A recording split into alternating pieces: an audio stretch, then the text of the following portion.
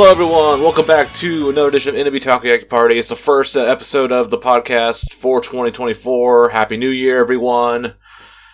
My name is Matt, and my New Year was pretty good, and then it already started off with bad.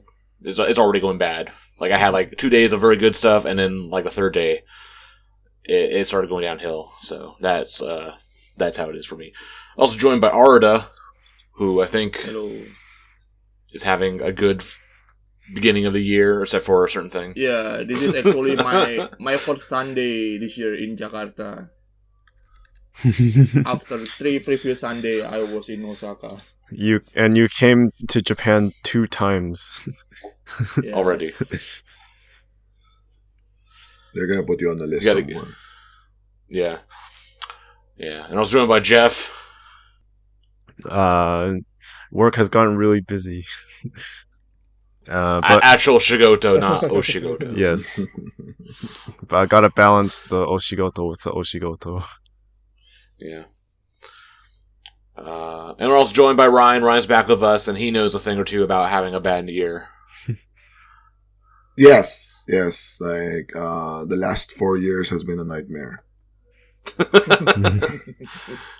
4 more years. Oh shit, you're right. This is Biden's fault. Gosh. Well, we'll look forward to that, I guess, in November. 2019 happened before 2020. True. So it is, maybe it's Trump's fault. It's Yuri's fault. Yeah. So apparently she started a subscription thing on YouTube to do live streams because her new agency doesn't have a live streaming platform. Like a new channel? No. She already had a channel, and now you can sign up for on YouTube you can do subscriptions now. Yeah. For membership. Membership, yeah. Yeah. It's 800 yen a month or something. So all the Yuri fans out there, all 50 of you, you should sign up. But you're not one of them, though. You're surprisingly generous. 50. I think she can still fill a small hall though, so maybe more than 50 actually. But yeah, it's getting less and less. Let's just say that. But yeah, so it's episode 99. So yeah, we're actually getting up close to next episode's gonna be the big 100 episode 100 special. Are we gonna do anything for it? Probably not. I have some ideas. Oh, you are? Okay. Yeah.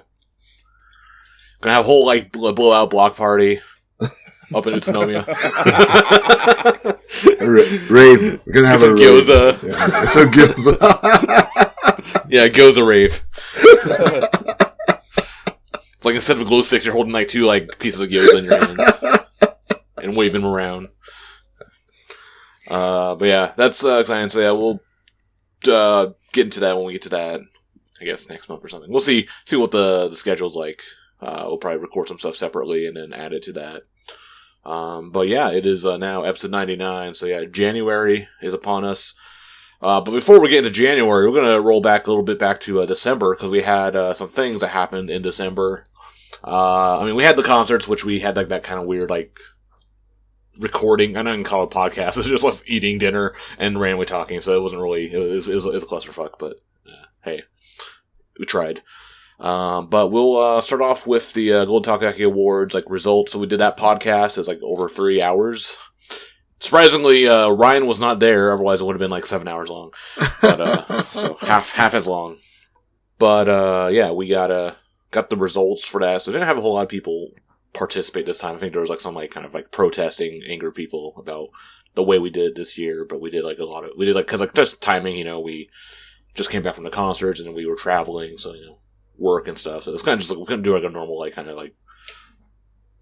bigger thing. So yeah. So sorry if it didn't work out the way you wanted it to. But blame Matt. People who did vote. Make sure to blame Matt for everything. But yeah, for the people who did participate, thanks for participating and voting. So I'm just going to go through like the results of basically the votes of who voted for what. So we had like 5 nominees for most of these categories. So for the least bad T-shirt award, that went to it was a tie. No, it went to Wakapon's shirt, the Genius shirt, because that was probably. I mean, that's probably the correct answer. Maybe I don't know. Well, I mean, for the T-shirt, there are some good Audio options. T-shirts there, yeah. So people complain like everyone just picked their favorite members for their best shirts, which I didn't agree with any of those. So I mean that describes like your whole like awards thing this year. People don't actually. Yeah, they just wrote in their favorites for all the awards, like not even like pretending. Oh no, not everyone, just you guys. I try to be objective. Logic tried to be objective. well, I tried to give another. Yeah, and you guys like bulldozed her. Like, no, my Oshi is the best because she's my Oshi. Flawless logic. Yeah. But yeah. But I guess from the comments, we had a tie with what was this? Mako and Kojirin. For what? G did not get any votes, unfortunately. By comments, so we have We Love the Confidence, which was a response to something. The least offensive, genius, cute. Can wear the shirt anywhere just fine. No, Wakapon has 4 votes. Yeah, 4 votes, yeah, and then Oh, it's his second. Okay. Mako had 3, yeah. And Satoru got 1. Worst t-shirt went to Nagisa with 5 votes. With this comment actually being the best. It's a t-shirt, not a book. I saw Arkansas on during the concert and I was like, "What the fuck are you wearing?" It's like, "Oh, I thought like he had like a." Well, I see it was. Yeah, it was like it was like a lot of text on his shirt. It was like, "Oh, okay, that was it." Yeah. We got second place with 4 votes. Comments: color burns my eyes, and the number 1 being capitalized while Yayoko isn't makes me go crazy. Yeah, it was awful. Yeah. And then Uka sure got 1, Kato sure got 1. That was it. Best concert was Nagisa Concert Day 1 with 5 votes, followed by Nagisa Concert Day 2 with 3 votes. And then all the other ones had 1 vote each. Comment: Nagisa trolling Kojima was the best. I think the one comment here, so I felt the concert vibes during Mato's review at the Izakaya, so that might have been like during one of the... Might have been like the request, the 13th anniversary, probably. The little vlog thing I did. Yeah. Best Nagisa concert joke went to Kojirin getting kicked out of the big chess member unit. Yeah. With 5 votes. 4 votes for the fake crying with eye drops. Which is also pretty funny. And then video message only got 2 votes. The Ryan Memorial Award for Water Key of the Year. I'm not dead. You're not dead yet. Zombie Ryan Award. The top winner was Water Nyan, so the Mikana one. Followed by Water Shihan. So Water Nyan got 5 votes, Water Shihan got 2 votes, and everyone else got 1 vote. Even Water Mato got 1 vote. Comment: new twist made Felice feel not overdone, so I think that was for Water Shihan. I would have picked Mikana, but honestly, Matt was better. Okay. Let's see. Best Show award went to Bachi Bachi NMB with 5 votes, and then GSGK got 4 votes. Comments: low budget and funny. Wow, there's only 1 vote for Sports Kingdom. That's Geoff. I didn't vote in the Google form. Okay, might have been Logic then. Because the comment is about Makochi anyway. Yeah. Let's see. Station Lifetime Memorial Award is actually dead this time. So best song, old song of the year was Machujin with 8 votes, followed by Ishukan Zenbu Getsuyobi with 2 votes, and Kimi Diate Bukokata with 1 vote.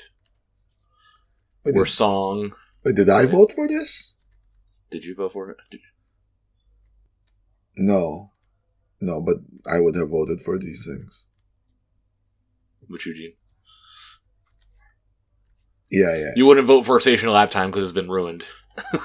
Worst song, right? Like, Yeah. Well, that's the next one is worst song of 2023. yeah, I would. Station Lap Time with 2023 with 7 votes. Yeah. 53% of the vote. I don't know. I think people are overreacting. I mean, it's still the same song, but there is no point in remaking it. So fuck that. But we know they stopped doing the 2023 version like during like They did, right? concerts and stuff. They Yeah. didn't stop it. They went back to the old one. I was like, okay, fine. I'm fine with this. Yeah. Jinsei Nagai and got 2 votes, and Dunn got 2 votes. It's not a bad For song. What worst the votes as hell? well. Who was it? I think that was Jeff's original vote. He was voting for that one. So, like, Geoff is like Because the... he didn't like graduation songs. Oh, I thought he was gonna say because he didn't want to see, like, male... Like... Oh, I think also That's complaining because it was the... Yeah. NMB put their budget towards, like, the comedians instead of the group. Well, I mean, if you look at the number of views it got, probably it was a correct decision. Having like an 8th gen song or something wouldn't have mattered. Okay. And then, best song of 2023 went to Nagisa Cycle with 7 votes. Followed by Enjoy Buriko with 3 votes. Surprisingly, a lot of Enjoy Buriko, actually. I'm surprised at that. And Dunn got 1 vote, somehow. Yeah. I think that's Logic's vote as well. Could be, yeah. 9th Gen More Award went to Nishiyumo with 6 votes. Followed by Hagare with 2 votes. Yeah, all of those are mad. Like, I don't know. Like, I don't really know a lot about 9th Gen, but like, the correct answer is Hagare. The real correct answer is Tenna. Then we get on there. Comments from here. I switched my colors from Rio to Rei mid-stage. That says enough. Okay. To me, Reiko's and Momabe, and she looks interesting. Those 2 are for Nishiyuma. Yeah, the latter 2, yeah. Most improved member went to Ayapyeon with 6 votes. With Yuna with 2 votes. And then Rei and Miyuchi with 1 vote. Mio, I guess, this is where I kind of fell apart. With like Mio. This was just backed me up. This was just Geoff like putting his favorites on this, right? Yes. No, I didn't know it was gonna be the choices for the poll or whatever. But either So way, he went with his heart. I would have put them anyway. This is where your voting system falls apart now. Yeah, no more democracy. Yeah. Just pick it out right. Most improved member reason, voted just because she has to go through all that showrooming that takes improvement in the deepest part of your soul to be able to handle. So I think that's about Ayapyeon. Yeah. Which there was that last showroom concert that she was showroom thing she was in that. Did she end up getting picked for that? Or? She did, yes. Oh well, no, it's not. It's not she over. finished It's not second. over. She finished second, and then they haven't announced the actual person who will be the model, but they've picked her for the fashion, like a one-time fashion show. Yeah. Yeah. If nothing else, at least she got a fashion show. Yeah. Consolation prize. Yeah. You get a fashion show. Yeah. Most disappointing member, Fua with 6 votes. Yeah. Did you guys talk Followed about by this last time? No? Yeah, Yeah. we did. Okay. Followed by Sadharu with 3 votes, and Mocchan with 1 vote. I don't think Mocchan was just kind of unfair. Also, we had Zion as one of the nominees. Ryan angry. What? Who? Zion was one of the nominees, but she got no votes. For disappointed member? Yeah. Yeah. Who nominated her? Me. Oh yeah, that was This was like, you have to listen to the episode. It was that it's high expectations. But then from what she did again recently, maybe clearly she should be disappointing. Yeah, clearly she doesn't give a. I don't know. I don't know if she doesn't give a shit. She's just stupid. Yeah. You know how to pick them.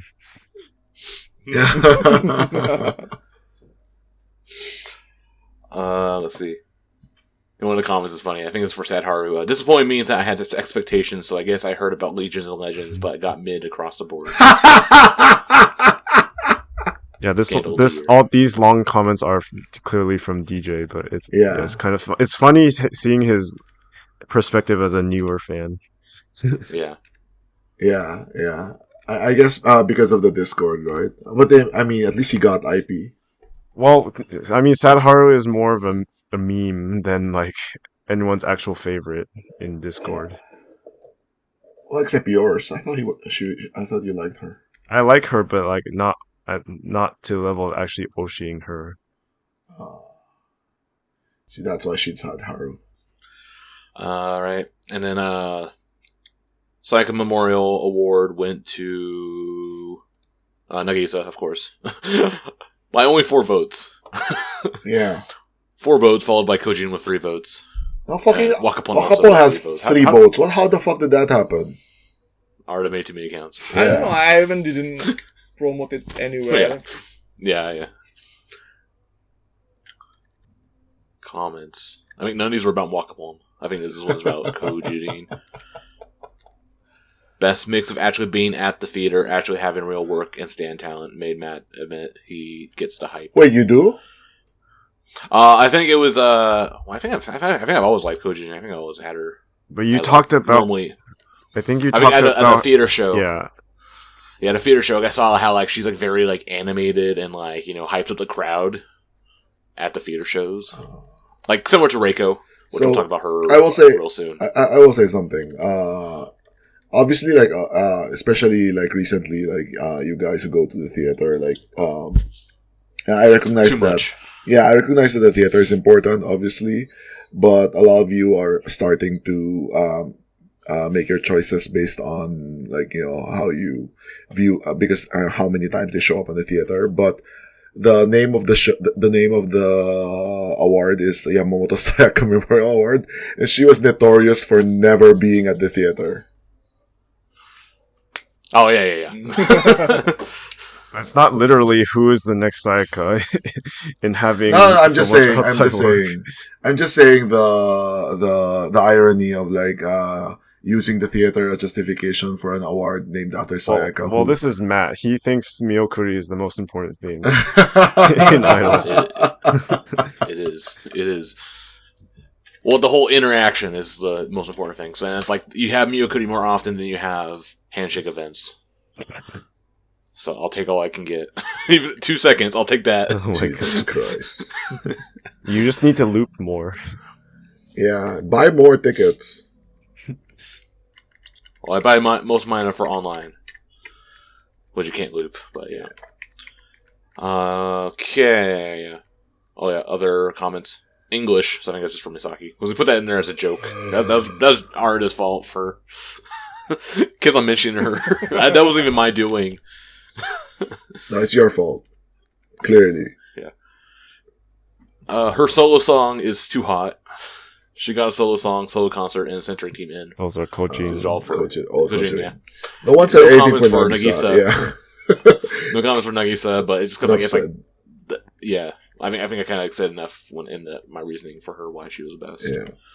Like, yeah. And then if your answer was not Nagisa, you're wrong. Yep. If your answer was Wakapon, you're super wrong. Yeah. I feel like Wakapon, that could be a case for this year. Maybe last year's a little too early for that. Nah. But yeah. It's January. We'll see. We don't know. It's January. We'll see. Some people say it's already the best, and some people say it's the worst. We'll see.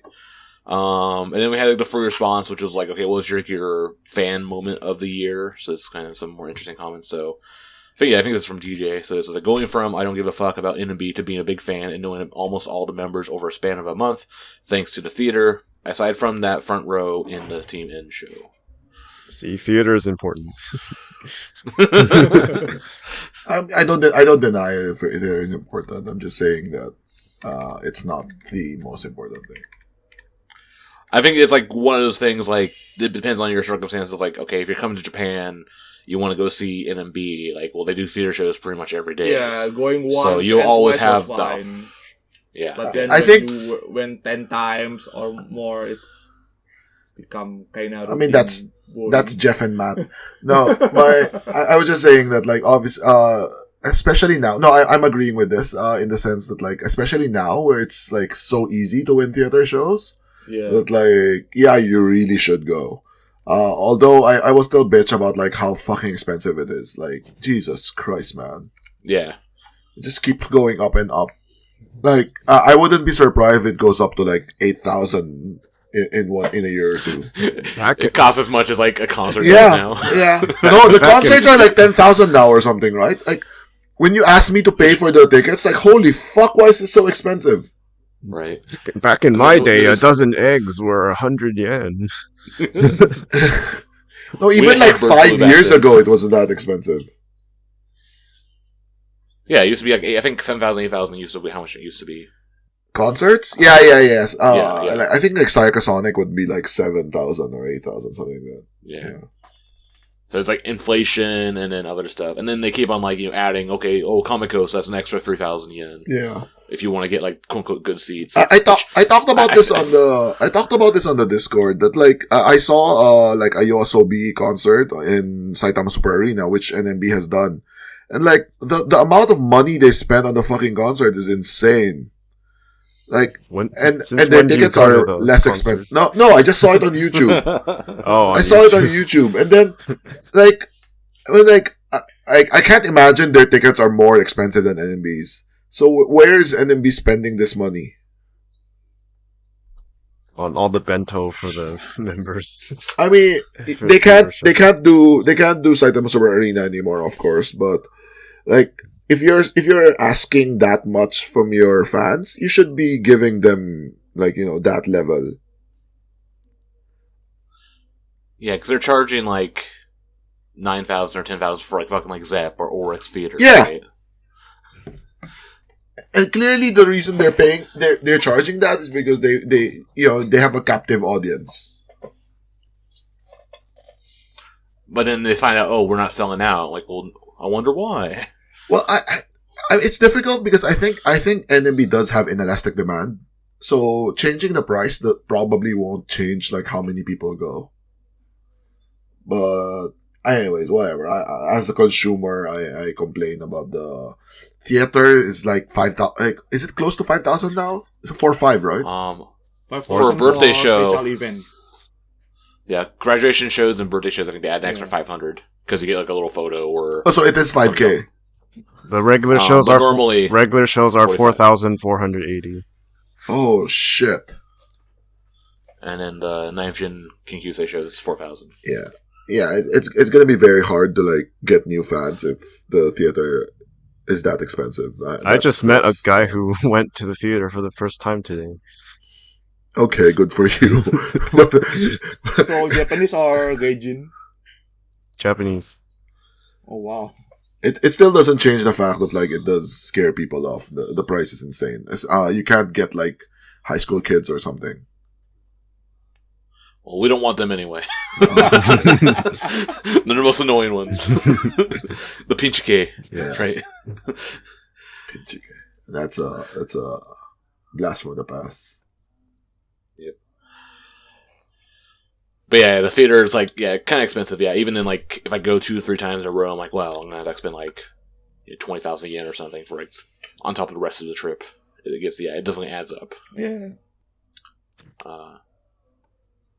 But I mean, if you come to Japan, like, what's 5,000 yen or what's 4,000 yen extra, right? Like you're already in Japan, I think. But yeah, I mean, if you're from overseas, obviously the it's not even $50, or it's like $40 or something is nothing, I guess. Yeah. But yeah,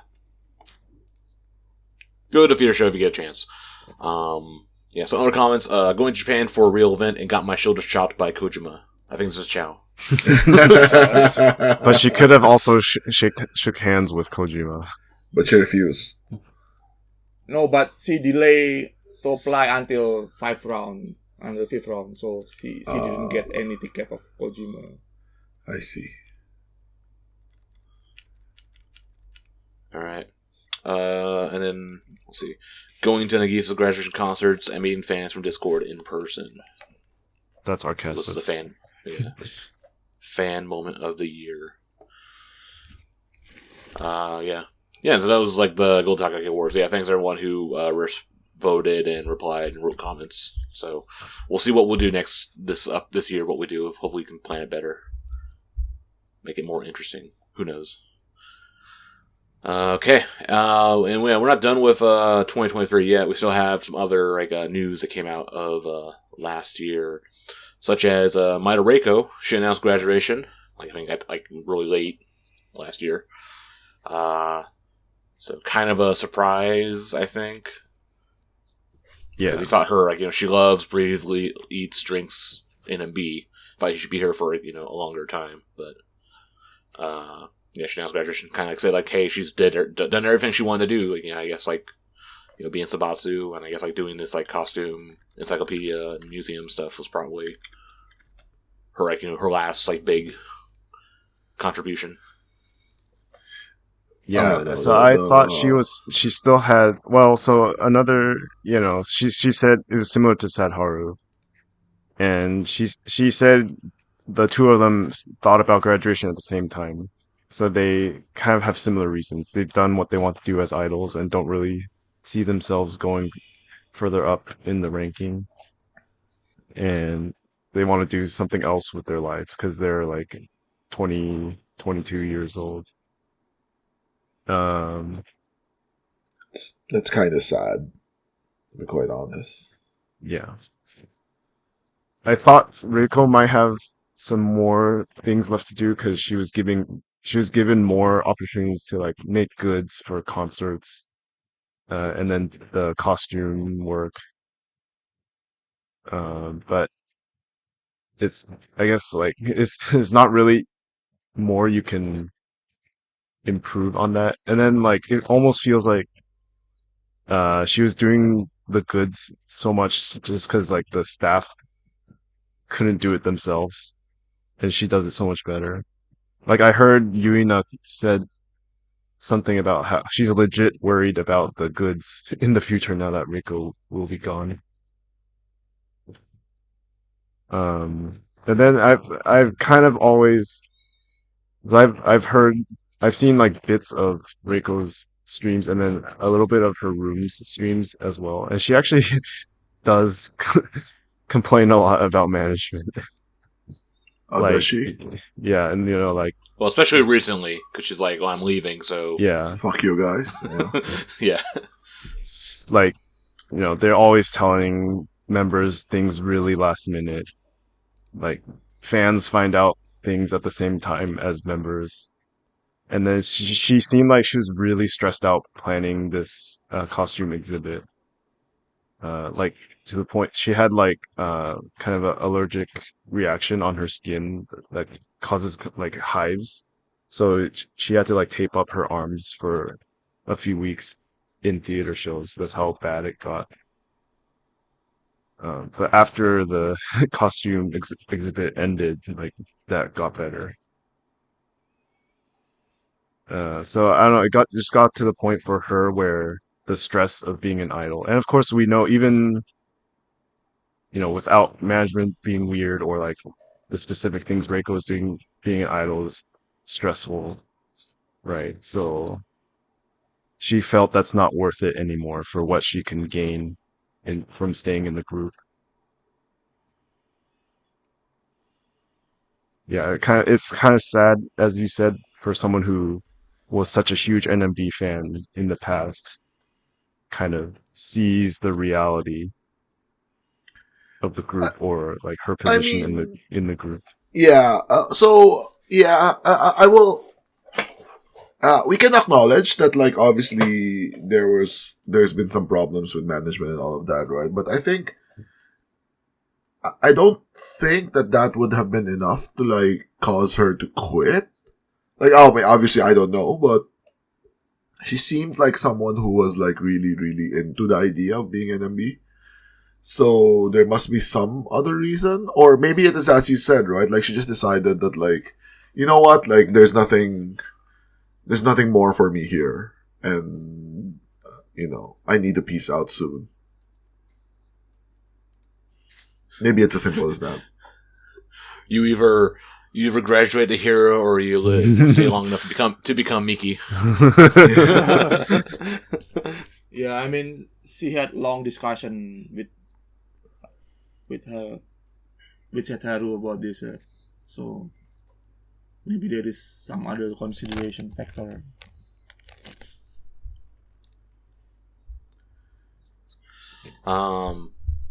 Yeah, I liked what, like, her role in the group was, like, the NMB fan girl and, like, hype girl for, like, basically doing stuff as a fan for fans.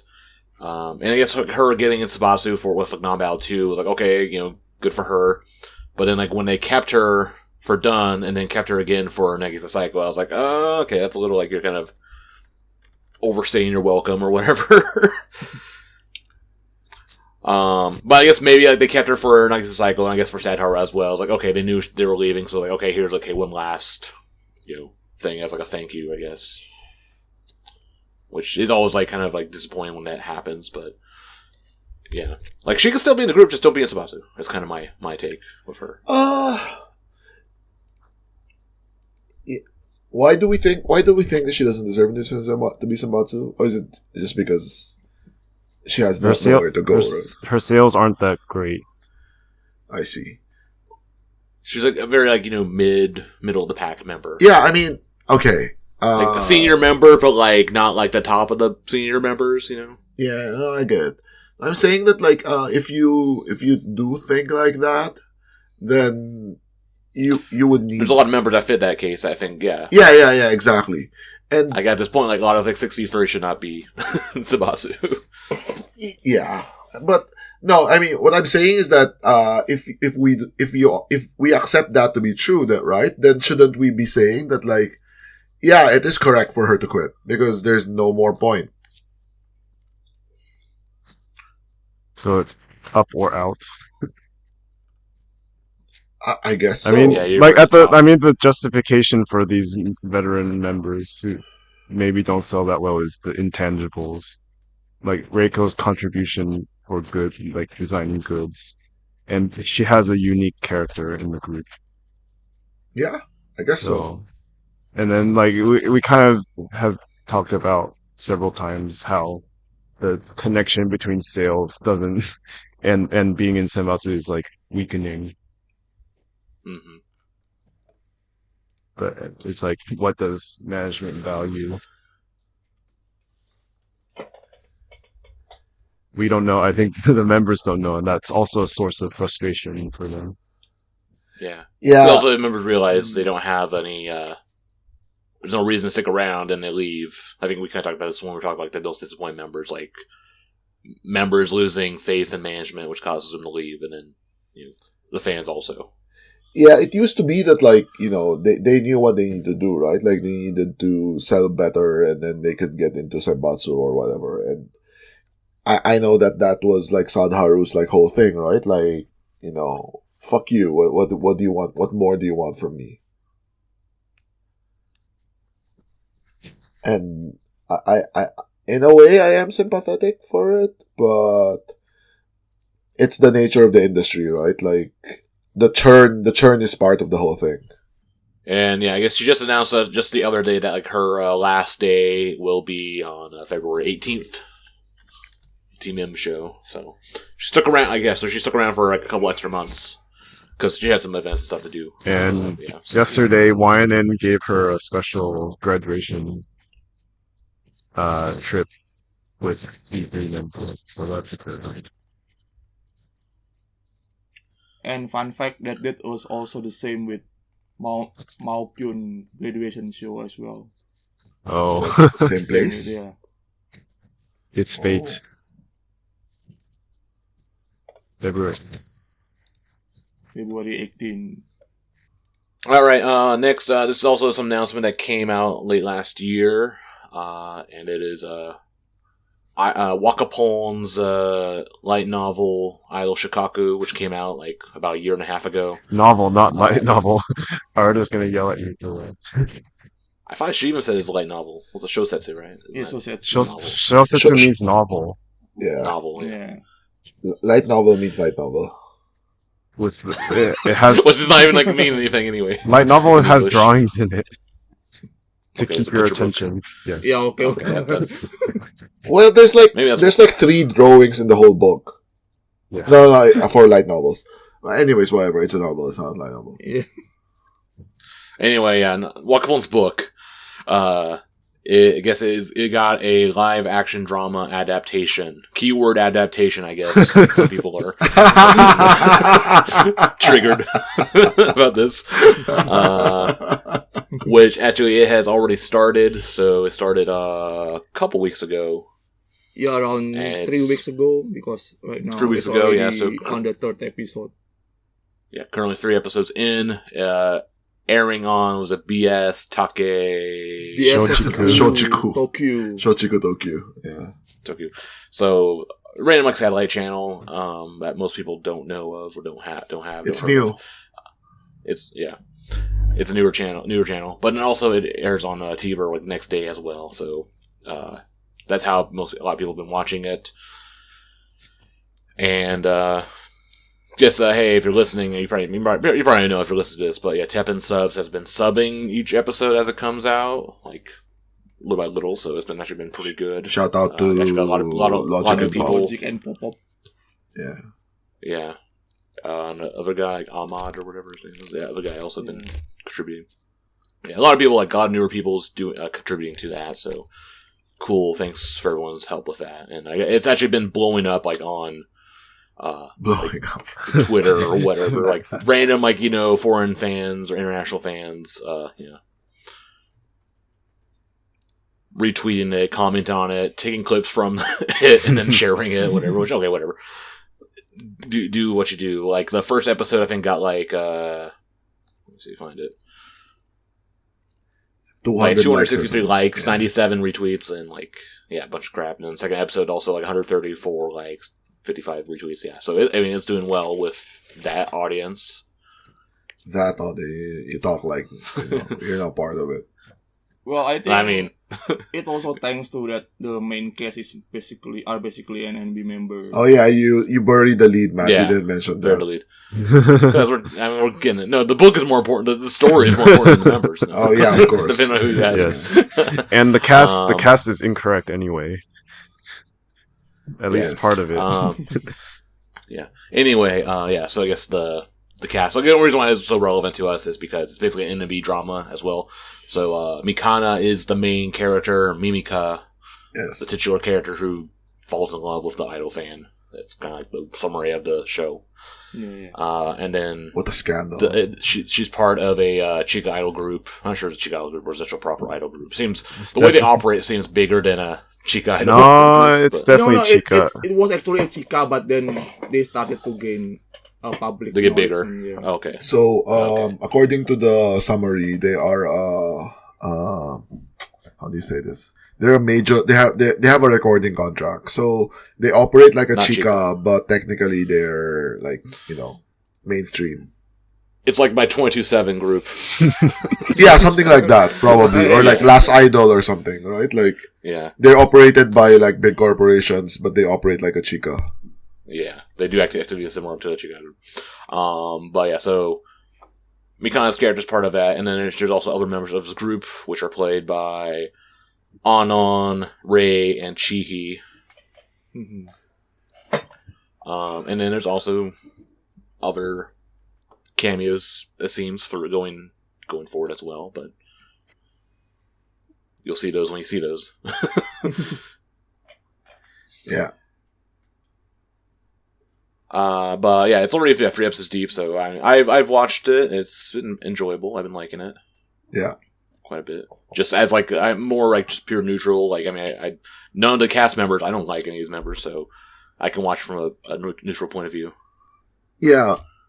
So, well, I'm not neutral, but no, I mean you don't need to be neutral, whatever, right? But I think like from like an objective point of view, even if I try to be objective, so I watch dramas. Like that's one of my hobbies is watching TV shows. And what a normie. Yeah. And I haven't watched a lot recently, but I do watch dramas. I actually think it is quite well made for a drama. Yeah. With the obviously with the caveats of like it's a midnight drama, so the budget is quite low, but it is so much better than like all the garbage like midnight dramas. Usually, midnight dramas are like so low budget that like it's stupid. But they do well with what they have. The actors aren't that good, but you know, it is what it is. I mean, Japan celebrity Japan world, acting, like yeah. most of them like suck at acting anyways. Who cares? Like Hashimoto Kana sucks. I want you, whoever's listening to this, I want you to know. Yeah, She can't act for shit. It was kind of awkward at sometimes. Yeah, but this is where I will diverge. No, I mean, for drama in general, it's kind of like that. That's why it's hard to get into Japanese drama this day. No. I'm saying that like I quite like how they've done it. I heard that there was like a lot of deviation from the book.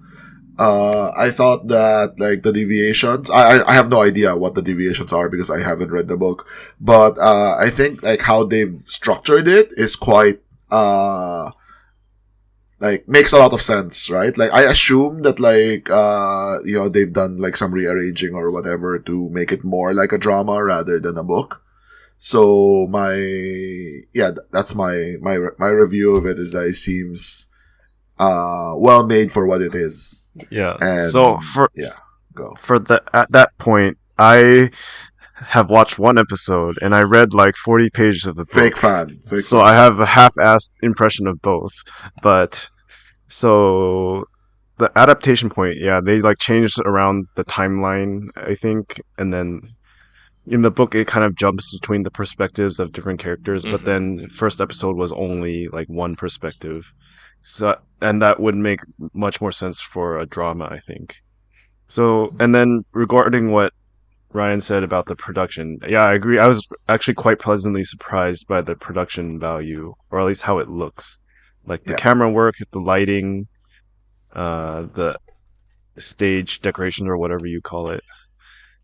Weird like visual effects and stuff. Yeah. Like the text and stuff. Yeah. The visual effects were actually like well done, right? Like the hashtags and stuff. Yeah. My direct comparison is the only recent drama I watched was Oshibudo, and that is actually pretty bad. Like fucking garbage, right? Yeah. Even though it has a Nogizaka member, oh my god, or former member. I don't know. I don't know how you compare like the name and the budget or whatever, but it's just really funny comparing directly. Because the other factor was that so for the filming, after they announced that there was going to be a drama, they announced that there would be 2 or 3 dates where anybody could sign up to be an extra in filming these scenes at like the live concerts for Tetra, the group in the story. Yeah. So one was like a small theater show, and they were looking for like 100 extras. And then there's another one, a larger scale concert, where they were looking for 800, but they decided to do them in Tokyo on weekdays when most NMB fans are in Kansai and like can't commit a whole day on a Wednesday just for filming. And so like for the one they wanted 800, I heard less than 200 people went. So I was really worried at the beginning because of like the budget, like they're desperately looking for extras for free, and then like they're planning just like a simple thing like trying to get this number of people when clearly they don't understand where the NMB fan base is. So I was really worried at the beginning at that point, but it's turned out much better than I expected. Yeah, and also the the extra stuff like was funny because they've used it in like 3 episodes, so it's gonna keep getting used. But I thought the drama was like really well made, and effort was put into it, and also and this is something that like I think surprised a lot of NMB fans, might have surprised Geoff too, is that like they didn't really like they use NMB members, but it's not an NMB production, right? So they're not like just so they have like real actors and real directors and real writers and all of that. So it's not just like the Europa Keikaku or something. Or like a YNN skit or something. Yeah. So it's like a legit drama. I watched the first episode and I was really surprised at like how, oh shit, this is a real drama. So I've seen like a couple of years ago, like Yuri had the drama, right? The Minami no Teo, and Minami no Teo is like a much bigger production. It was supposedly a much bigger production. The property is much bigger. It's a very famous manga and drama series. But I guess they spent more money on it. But like it was very amateurish.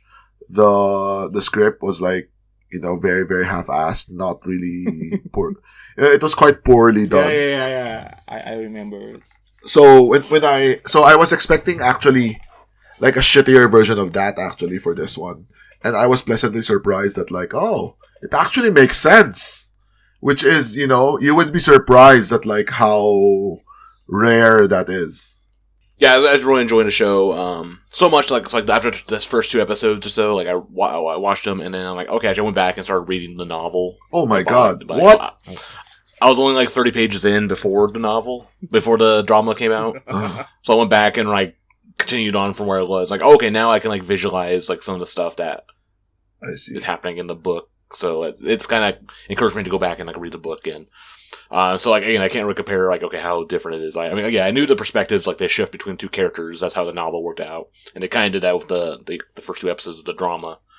And the third one, it gets kind of murky.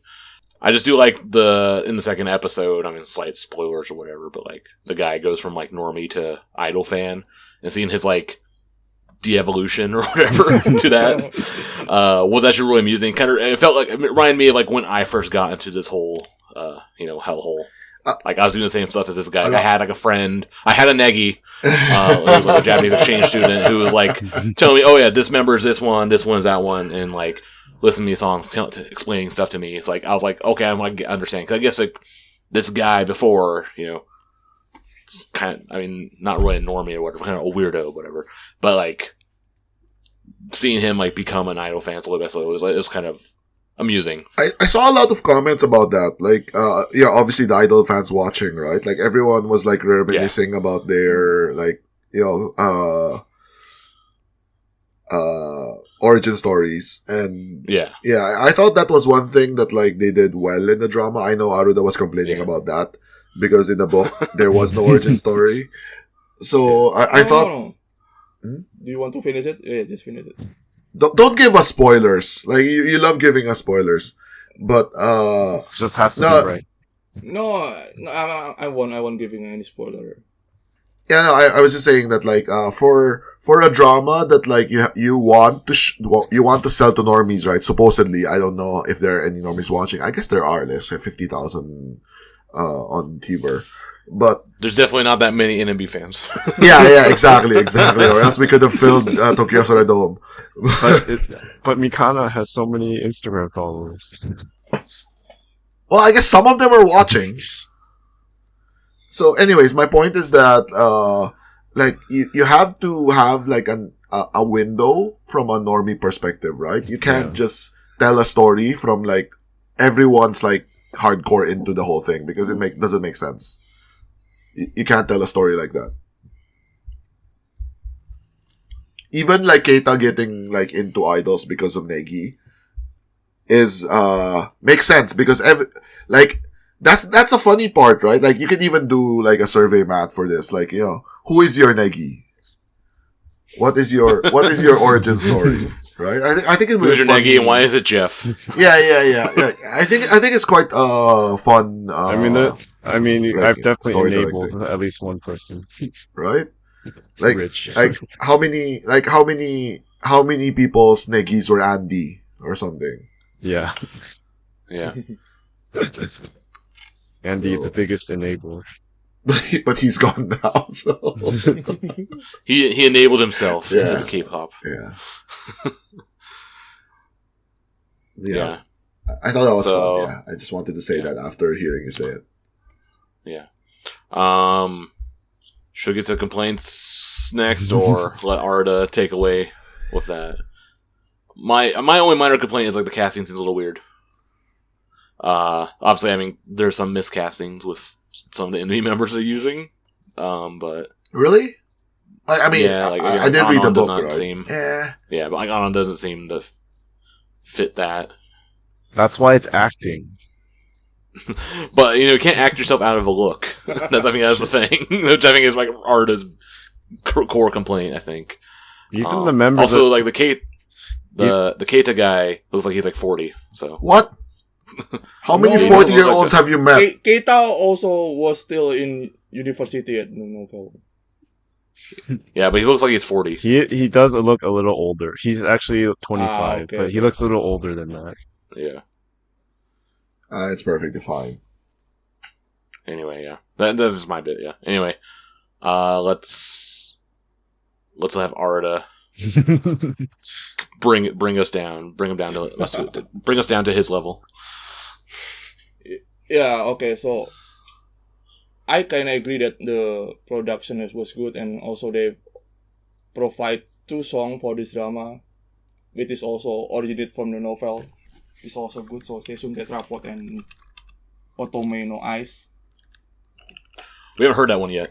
Yeah, with lyric. Spoilers. Yeah, see? Spoilers. Well, I mean, it is already announced on the news. I didn't know that. Yeah, it's the ones that Wakapon wrote the lyrics. Yeah, and Wakapon wrote both of the song for the lyrics.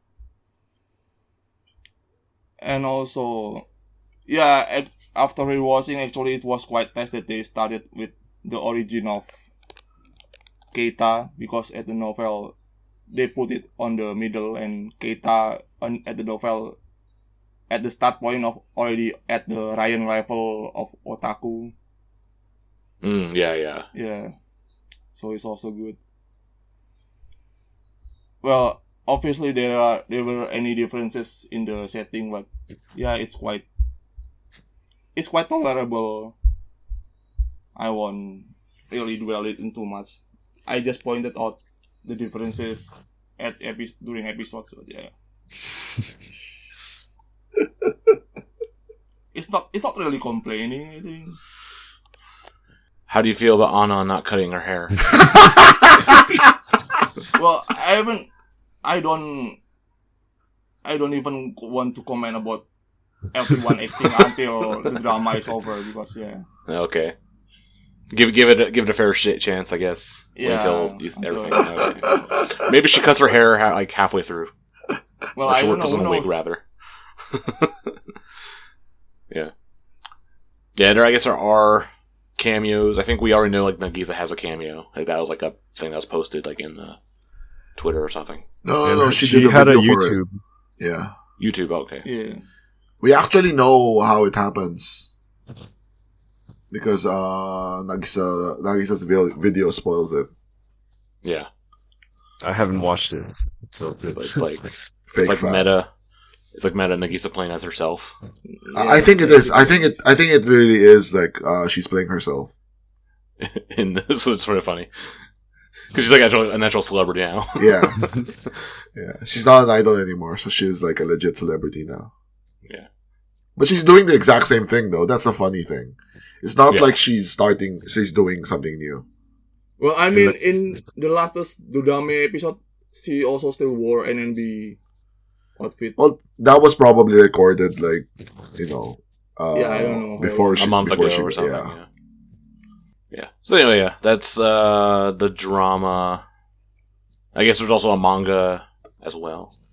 Yeah, the manga was published on Comtic every.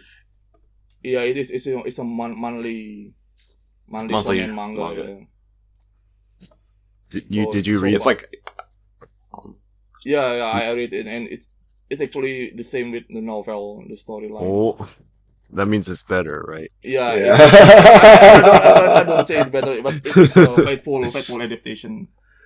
With the novel. I think Comtic is a magazine rather than like Shonen Jump or something like that. It's a like an anime magazine or something, and then it probably has like, you know, some extras. That's the magazine with like Mikana on the cover, right? Yep. Yeah. Okay, yeah. Well, I mean, it's still almost most of the content are manga, so I think it's more like because the company also has two kind of manga magazine beside. Yeah, not only Comtic but also Comsi or something. Oh yeah, comment on about the songs. Actually, I noticed like in the credits, I look at the credits as like the show finishes, and like it has like the Seishun Tetrapod. It has under that like Universal Music Japan as like it's actually a record. So it makes me think like for the next NMB single, it's they may gonna be a actually B-side. put this song. Yeah, it's gonna be a B-side. For sure. They'll probably put in the music video in there too. Oh yeah. All the work is already done, so NMB is very like, you know, as little effort as possible as we can. So well, not really sure because the songs were gonna release next week, the digital release. Yeah, but they'll just put it on the single, right? Whatever, it's free work. Yeah, and then like on the CD case, they'll have a little sticker saying, "Hey, the theme song from Idol Shikkaku," because they have to do that too. You have to advertise it. So, so that's I wouldn't be surprised to do that. I mean, I wouldn't be like, you know, oh fuck them for doing that. But I'm like, oh, okay, sure. I mean, it would be nice if they have some other original stuff for it to be proper, but I guess this is, you know, best we can get. Makes me. Oh, well, they do like some extra like. I guess they already have like some event stuff, right? For this, they like, had giveaways and stuff. They had like a premiere or something event. It was the press conference, basically. So they screened the first episode and then had a press conference after it in Tokyo the day before it aired on TV. It was a lottery and only like 50 people won, I think. Some pretty 65. Small number. 65. Yeah, and none of Gaijin fans managed to enter. Yeah, Arda didn't win. So racist. Did you apply, Geoff? No, because it was a weekday. Oh. Yeah, actually Joseph and I applied, but none of us in. But yeah, that's. I'm sorry. It's like they try to do like some weird like mini live thing or whatever. Like those members, at least Mikana, can probably get enough people to show up to that. Yeah. Okay. But anyway, Idol Shikkaku. Catch it where you can. Okay, so our last 2023 thing we'll talk about is the Wine In 24-hour live stream, which happened on it's like December 29th and 30th. Like the last possible weekend it could have been. It was super late this year. It was called like 24-hour Mikan with Kojirin and Kato as the hosts. So kind of I guess Asian fans very angry about that. Robbed.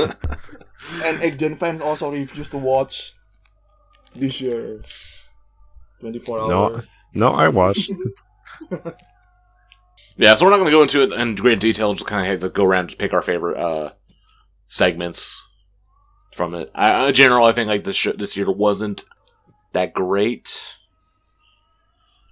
So I'll just start things off. I don't know. I have a list anyway. But I'll just go off the top of my head. I just remember the only thing I watched. I remember vividly. Actually, I woke up because I was in America when this happened, and that was the Minecraft segment, which was like the members dress up as video game characters. So that was very funny. So that was very funny because we had Rio P was like the host as Mario, and then we had a Bomberman Shiori, Kojirin as Cloud. Yeah, like an actual like, proper like legit costume is actually really good. Wakayan as Suika Game Watermelon. Yeah, Shin as Toki Remo Girl. And then we had the Tetris Sisters. Yeah, Karen, Wakapon, Wakatan. And then Mighty as the Creeper from Minecraft. But the Tetris Sisters actually had a couple other segments later on with them like running around like the park and like buildings and stuff. So that was kind of a recurring fun. Yeah, basically moment. Last year Yuna and Miracle. Yeah, the Black Chasers. Yeah. Or whatever. Yeah, it's like that. It's kind of funny. Yeah. Arda, what was your highlight? I have some. The first one is obviously Pon Reiko. They made a shout out to Indonesia and Kaigai fans during that segment. Yeah, and no one really paid attention to that because it was at 4 a.m. I think. Yeah. Yeah, and many were asleep. And also during Kotatsu Bonenkai, where everyone gathering on Kotatsu, the Ojisan commentary games were also quite interesting where they arrange some words to make a Ojisan comment, typical comment. It's kinda breaking meta, breaking fourth wall. Yeah. Because we know that NMB fans were mostly Ojisan. Yeah, they first did that in Shion's most recent like 24-hour stream. Oh, really? And they did it. I didn't watch that. Apparently, it was even crazier then because the staff didn't really like control what they were doing. But then this time the staff held up a sign saying like, "Oh, don't go overboard. Don't do anything too controversial." Yeah, and also there was cameo from Tetra member on Idol Gokaku with Nagisa soundboard. Oh yeah, that was quite funny. Yeah, most member there participate really well. It's good. And also the 9 Gen corner were also really interesting because everyone spoke up and it's kinda on the survey format, so the answer of the question sometimes also in causing some chaos, like who really like NNB and not everyone press the button. So I don't know. Like, Honopi had like some weird moment. Yeah. In that segment too. Well, I forget what it was. It's like she was trying to.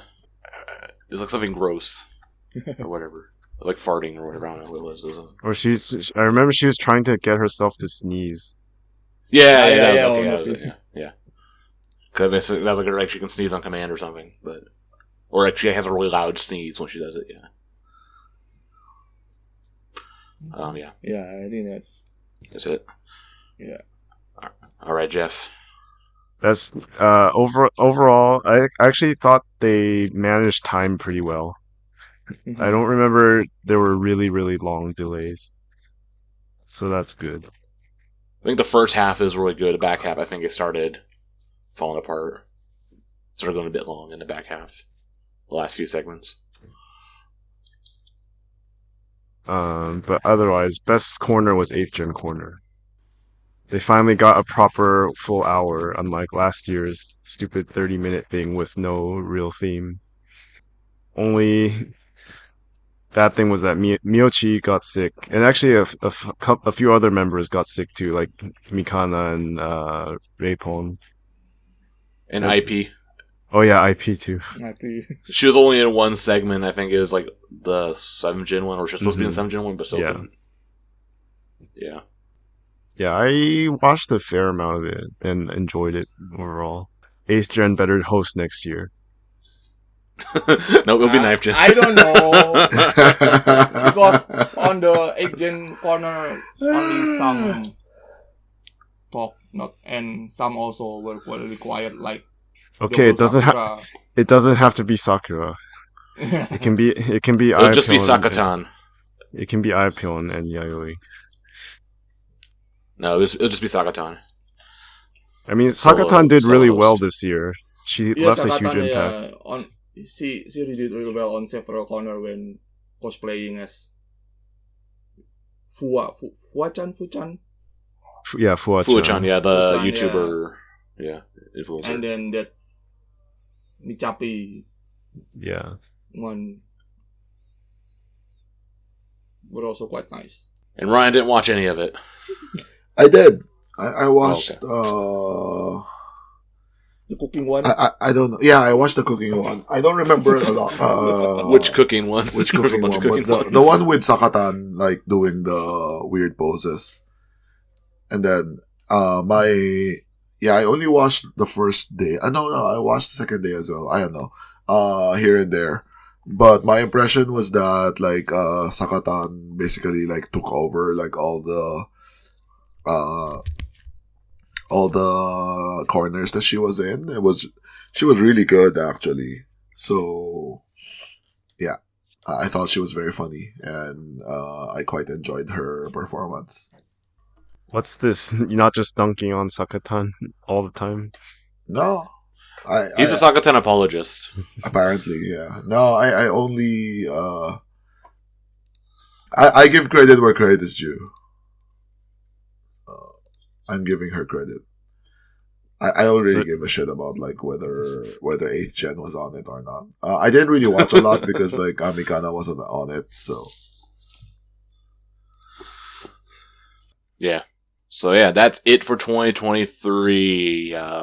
Let's get on into 2024, the new year. So start off with the New Year's show, which also on New Year's Day, there was also a big earthquake that hit. Happened in the middle of the New Year's Day show. So actually, that kind of like it paused the stream and everything for like a minute or two. You saw the shaking, and then it was like in the middle of an announcement, and then they like replayed the announcement. But yeah, anyway, to kind of summarize what happened on New Year's Day, so they did the theater Megami, so the top performing members of the theater from last year.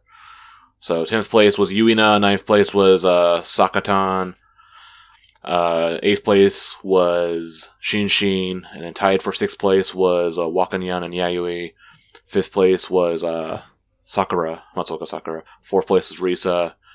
3rd place, Zeon. 2nd place, Reiko. 1st place, Yukino Tanaka.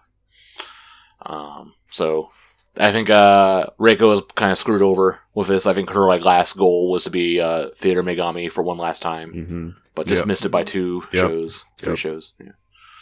But yeah, I guess it's a kind of difference from last year. I think last year was a lot of 7th gen, 8th gen members. This year, mostly 8th gen. Well, it's thanks to how many B2 states. Yeah, B2 Kinkyu says, yeah. Fewer knife gens than I mean, there's no knife gens actually. I was hoping maybe some knife gen. No, I guess they didn't really sub that much. They can only perform in 9th gen, and a few of them performed in other shows, but there's no way they can have that many. Yeah. But half the shows or 9th gen shows had other half shows were B2 shows last year, so it's plenty of opportunities. Yeah, all the weekends is Saturday was B2, and then Sunday was 9th gen. But yeah. So. Good for them. Alright, then let's get into the quote-unquote new announcements and stuff they had for that show. So, first thing, that show revealed this at midnight on New Year's Day, so people already saw what this was the new visual for the group, which was very colorful, I guess, as red, white, blue, America. No, it's I guess, it's supposed to be for the whole Osaka Expo colors. The Myaku character, same colors as that. With all these hearts, and then a bunch of some members, I'm going to say not a bunch, but some members were selected for this image, which I'm just going through the banner on the main NMB website. There's various banners up here you can see on their Twitter account and whatever, the video. So I'm just going from top to bottom. So we have Mako, Kaito, Rei, Sakatan, Ayapyon, Kojirin, Chihi, Reipon, Wakapon, Mikana, Shinshin, and Yuina, like as like the members that were featured in this visual promotional image. And it says Osaka Kara Seikae, which is like the motto, the slogan for this year. So from Osaka to the world, they're doing this whole like thing, like go promoting NMB to the world and stuff. I mean, basically, it sounds like a whole like collaboration for the 2025 Osaka Expo.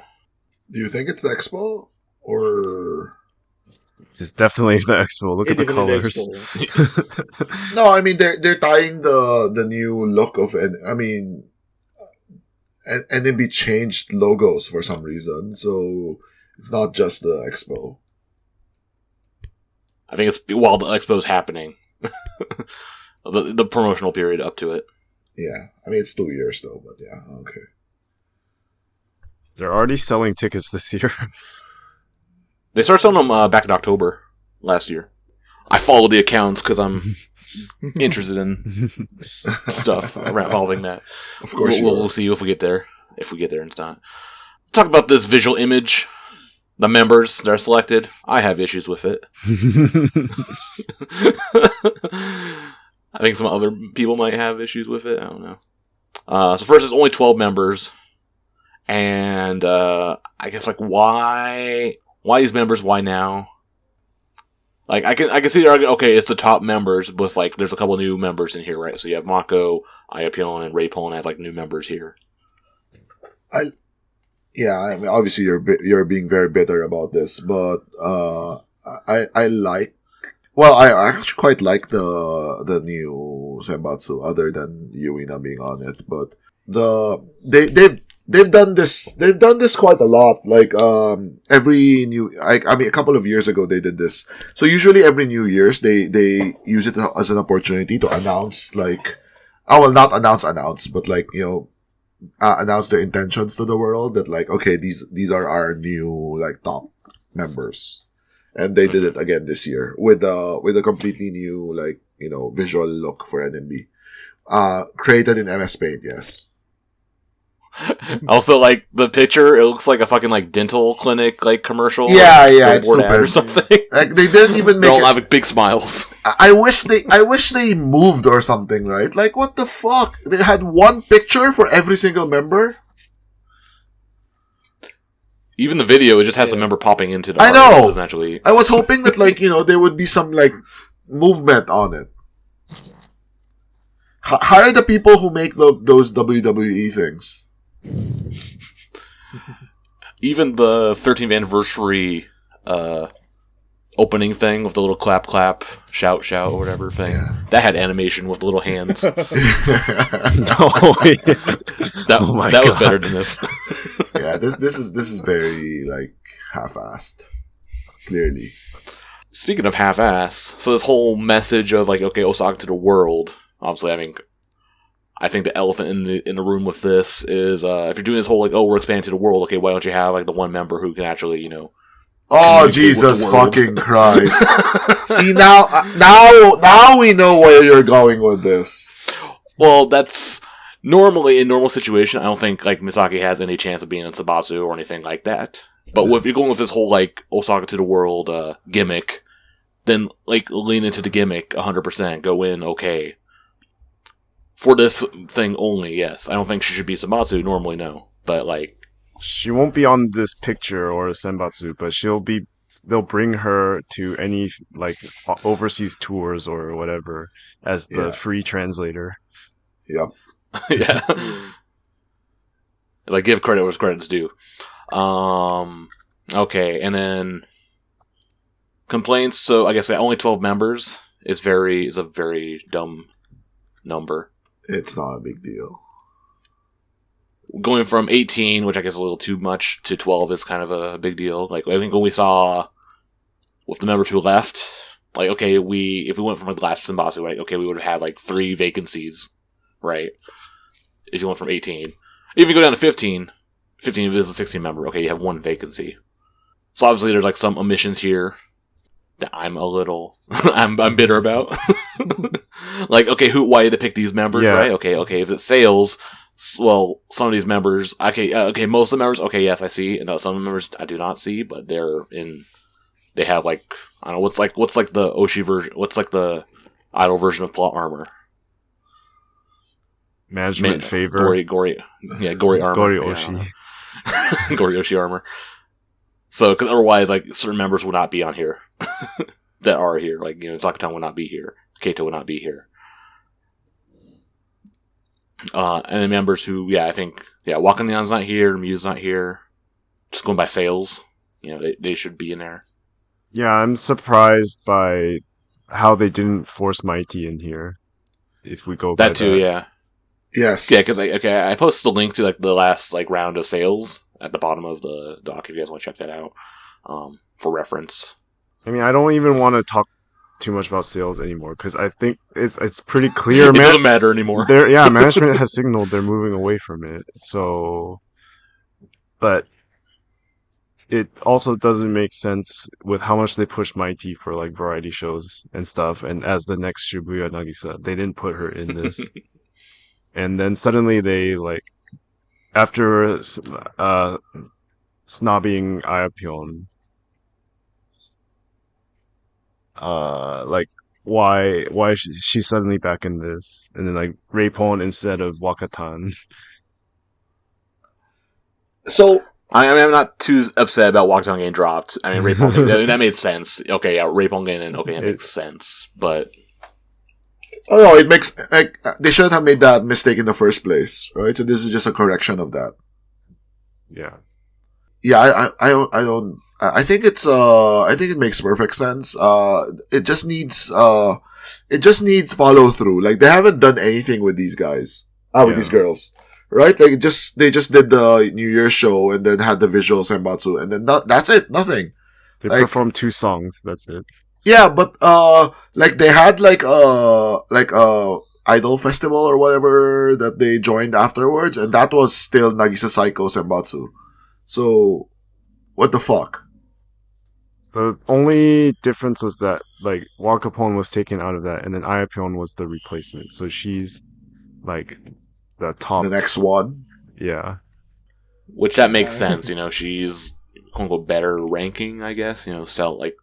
Sales wise or whatever. Yeah. But like you think like okay, Anon was like top undergirl, like position wise, last year, right? She's not in here, but also I don't think I'm kind of glad she's not in here, but also like their reasoning for this is kind of weird, like who they chose and who did not choose. I mean, they can easily do for the next single. They can do this plus like 4 members, like 4 more, and make it 16, yeah.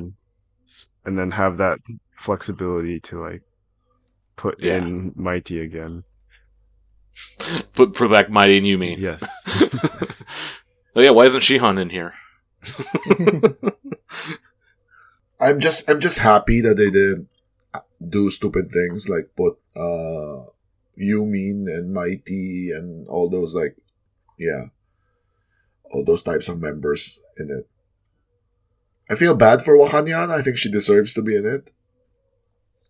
So, but other than that, like it's fine. It's a good list. Except for Yuna. Yeah, if they got rid of Yuna's like the one weird like. Yeah, Yuna has so much real work. You should see all the PR posts she has now. Yeah, as a food influencer. Hey, that's an important part of Expo. If they got rid of Yuina and put in Wakanyan, I think that would make it a pretty good Senbatsu. Yeah, Karen's not gonna get on it, don't worry. She has outside work too. Like what? A dazzling? Dazzling. Jesus Christ. Did you order the hoodie? No, it already sold out. Fake man. Fake fan. And then they did the resales and it also sold out there again too. So popular, should be in here now. Yeah. Though Karen did like get really emo, she posted like her like was it be grateful even through like hard times. The thing with Karen is like she could have like all the like the fashion work that she. I mean it's fine, right? She can do fashion, but like she's never gonna beat like Shinshin or like Mikana on the fashion stuff. So she's always gonna be like. At best third. And if Ayapyeon gets the best thing or whatever, then even she jumps over Karen. So she should be like Yuina and find something else. Replace Yuina with Karen. How about that? We'll go with that trade. No. Yeah, I mean, I'd be okay with that. Like, I mean, I think Yuina's the weirdest one out of everyone there, so I'd be happy if they got rid of her. But yeah, this is like, very... If this is like the next Senbatsu, like next single Senbatsu, it will be very disappointing. There's only 10 of them. It's 12 of them. Is there 12? I thought it was 10. Yeah. Oh, 12. Okay. It's 12. Yeah. So, but I mean, as Geoff said, yeah, like, okay, this is like, will they base it off of and then add 4 more? And let those 4 like duke it out for the last spots? Okay. Yeah. But we'll Let's see. do that. But if it's like, okay, Mighty, Yumi, on. Jesus Christ. And then like, I don't know, Karen or whatever, like, okay, we kind of, I mean, considering Mako, Ayapyeon, and Reipon are on it, like, that's a very big improvement from all the other shitty Senbatsus they've done recently. I feel Shidari Yanagi is better than this one. It's one and done Anchu. That's just like your opinion, man. So yeah, that's the visual complaint corner. They have, like, so going on with the whole, like, from Osaka to the world thing, they are kind of heavily going into this whole, like, oh, we're going to go international with this. So they have, they announced a special, like, ticket thing for the theater shows where you can sign up through Ticketpia to buy special tickets if you are an overseas, fan, and you're coming to Osaka, coming to Japan, and you want to go tickets for the show, you can do this. So we were talking about earlier how good the theater shows are for international fans, like, or for fans in general. So this is an opportunity you can do with that. So actually, it's all in English, and it seems like anyone can do it. Actually, literally anyone can do it. Even if you're in Japan, you could do it, I guess. They haven't really, like, I think some people asked about how they actually confirmed that or not. So I did hear that when I'm not 100% sure, but you have to, like, print out the ticket at 7-Eleven. Yeah. And I'm not sure about whether you have to take that and then exchange it for the, like, normal theater ticket at some point. But then I heard also when you go into the theater, like, at the top of the stairs, normally you just show your ticket, but I heard you also have to show your passport with this. So, like, the old system. Or I guess that's that's how, like, the other groups do it. Like, I think AKB do it. You still have to show your ID when you go in. Mm-hmm. Yeah. But, yeah, I guess, they put the tickets out on, Ticketpia, like, basically it's like a month in advance, essentially. And, you can buy them any time you pay with a credit card, and then you print out the tickets at least 3 days before the show. Yeah, so or up to 3 days. They actually have a schedule up to like 3 weeks. Yeah, 1 month in advance. 3 or 4 weeks in advance. But on Ticket Center, they don't tell you. They haven't actually announced what show is on that date. So you know there will be a show, but you don't know what it is and who is performing. Yeah. But it's still a way to guarantee that you'll get into a show. Yeah, because also it's like a first come first serve style like sales, so there's no lottery. So basically, you buy again, you're guaranteed to get a ticket, which is good for that if you don't want to deal with all the lottery crap. Yeah, it's a guaranteed win. Yeah. The kind of catch with this, I guess, is they have like the designated area for the inbound ticket people, and it's in the island on the far left side of the theater, behind like the group section. So basically, not very good seats. You shouldn't. You shouldn't undersell it. It's not that bad okay. compared to if you got the most back row. Yeah. Yeah, it's still better than that. The mat corner, back row, back corner. Yeah, I mean it's pretty shitty, of course, but it's not that bad. Like I wouldn't I didn't have that exact area. I was in that group area back in August in the group section seat. I was on the far left side, and I could not see a good like quarter of the stage because the curtain is blocking your view from the far left side. So if a member is on that side, you can't see him. So that kind of sucks. But yeah, I guess an option. Okay, if you're a foreigner and you're never gone to a show before and you just want to go to any kind of show, I guess it's okay. Hey, take what you can get. Yeah, but you can also still apply the normal way if you want to try to get quote unquote better seats. Yeah, you can still do that too. And or if you want to go into someone Setansai easily, and you can predict when it will be held. Yeah, it also has nice usage.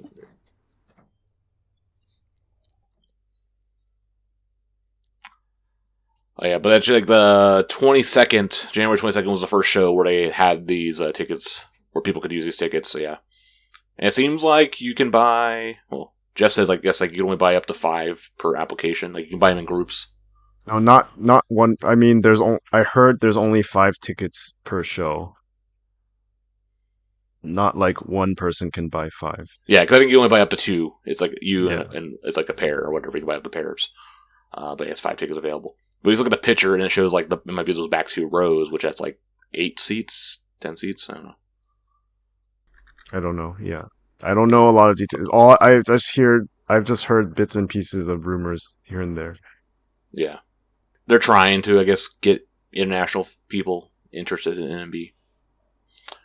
The next thing they're also doing for international fans is they created this, international fan club, kind of information site or whatever that you can sign up and pay money for. It's for a service called B Stage. I don't think it's open or started yet, but that's a thing you can do. It seems kind of weird. The real international NMB fan club is the Discord server.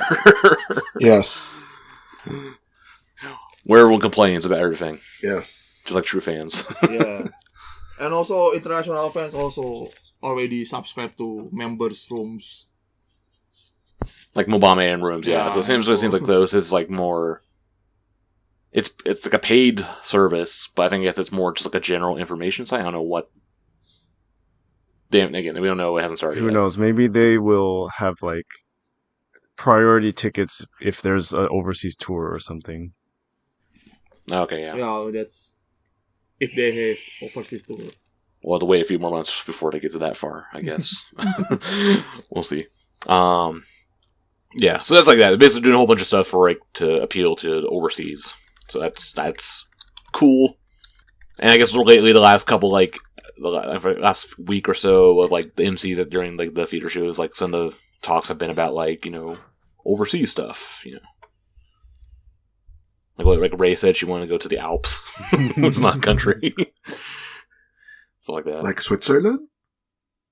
And in France and Italy. Okay. Or Anju said she wanted to go to Belgium. To eat chocolate. Shout the DJ. Yeah. Watashi kanji to DJ. Yeah. Another announcement announced is 10th generation auditions have been announced, and they already have started accepting applications from January 22nd until February 29th, so through all of February. I think they said they are also accepting applications from overseas as well, so to go along with this whole worldwide stuff. So yeah, 10th generation. So going by this, I think we'll probably see 10th generation debut probably in summer, June or July, when they do a summer concert or something. It's an even number generation, Geoff. You should be excited. No, only multiples of 4. Need to wait for the 10th, 12th gen. Yeah. But yeah, they've been doing a bunch of these quick TikTok lives, and Instagram lives, and YouTube lives, with some of the members promoting this, talking about what they like about it. So that's neat. Okay, they also announced, this is probably might be the biggest news, but also very skeptical with this, is they announced a new original theater stage, with the tentative title From Osaka to the World, Osaka Karateka A, with Carlos K as the sound producer, with Akimoto being the main general producer, which I believe it when I see it when it happens. Yeah. I'm not putting. I mean, I'm not putting much it doesn't mean any, so we don't know. If it means that he has to write the songs, then no, that's never gonna happen again. Right. So, but if whatever, right? It's like being an executive producer of something, right? That doesn't matter. So if that's just like so it's like a ceremonial title for him, but like they get someone else to write it, then that's great, and they should announce it soon. Yeah, but I hope that it will be released this year. Maybe I think next year. Why not? What's the point of having the Osaka Karasekai if they're not gonna do it this year? Well, the AKB original set is also still delayed until now. So no, that's my point.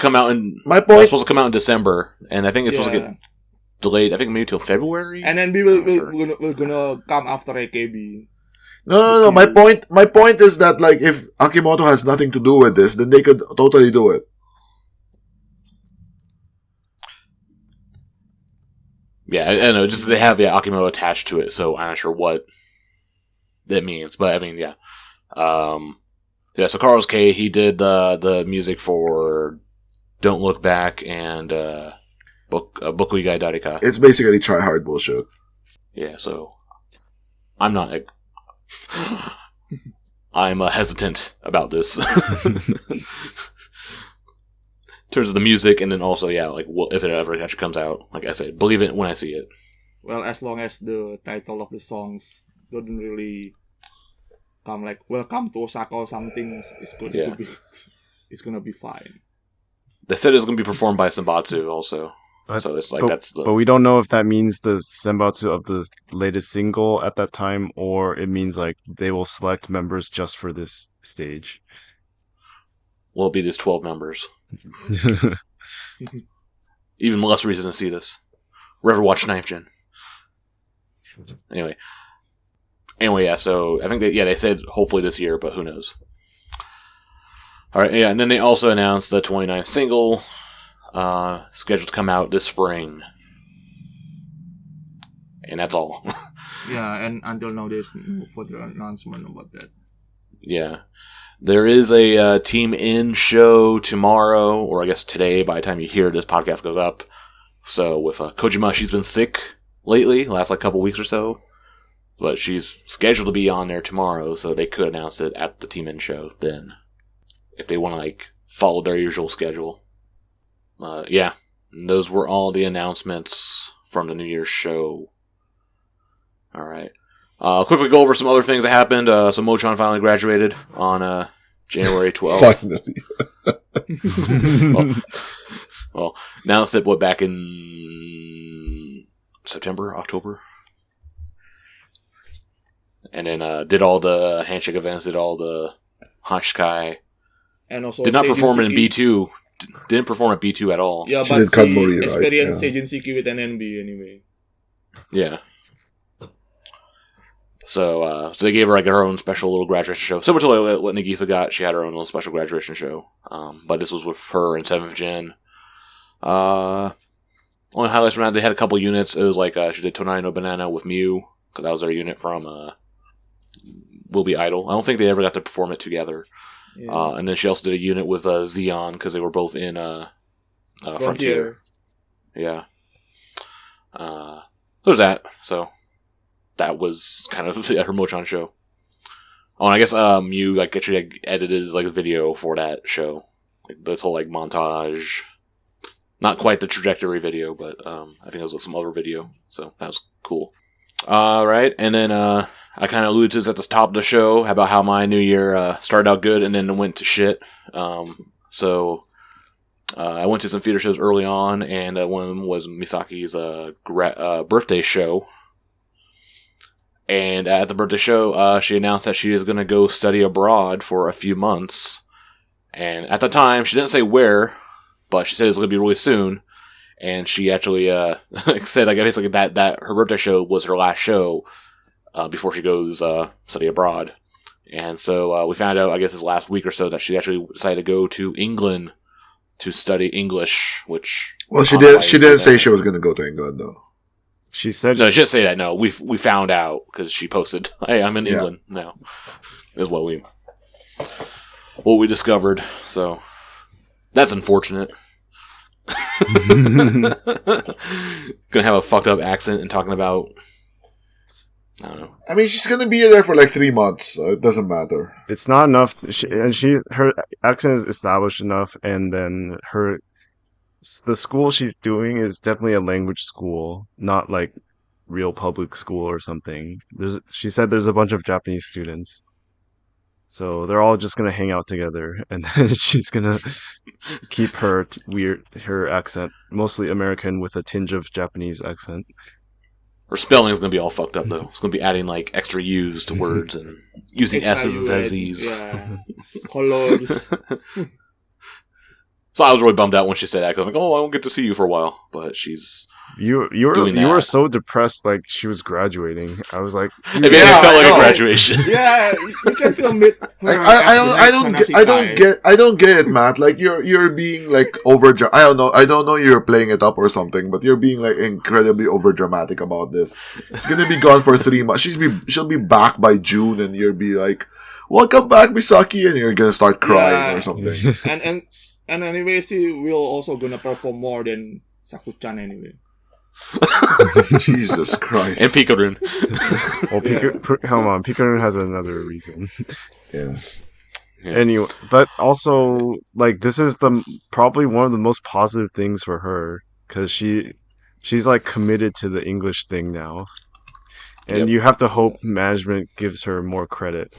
Like this gives her more favor after she comes back. You think that? I think it's an escape plan for her. Well, I mean, so definitely this is actually useful for her real life.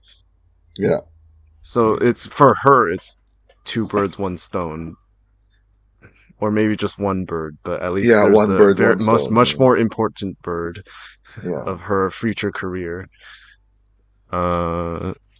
Management. I mean. They clearly used her as like a novelty, like during the Jakarta thing, and then you would think this aligns with their whole Osaka Karasekai thing.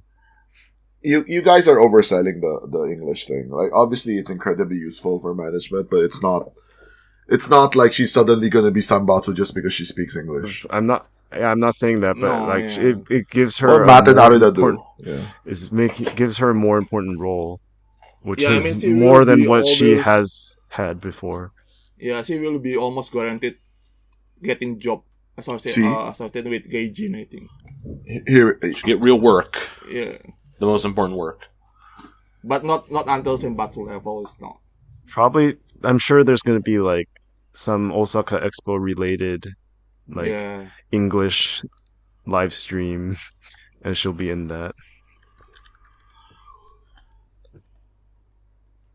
The funniest thing was, like, so she was the one promoting the whole, like, tickets for overseas fans thing, and she's like, at the theater shows, I like to, speak in English during the shows and stuff, so you can watch that.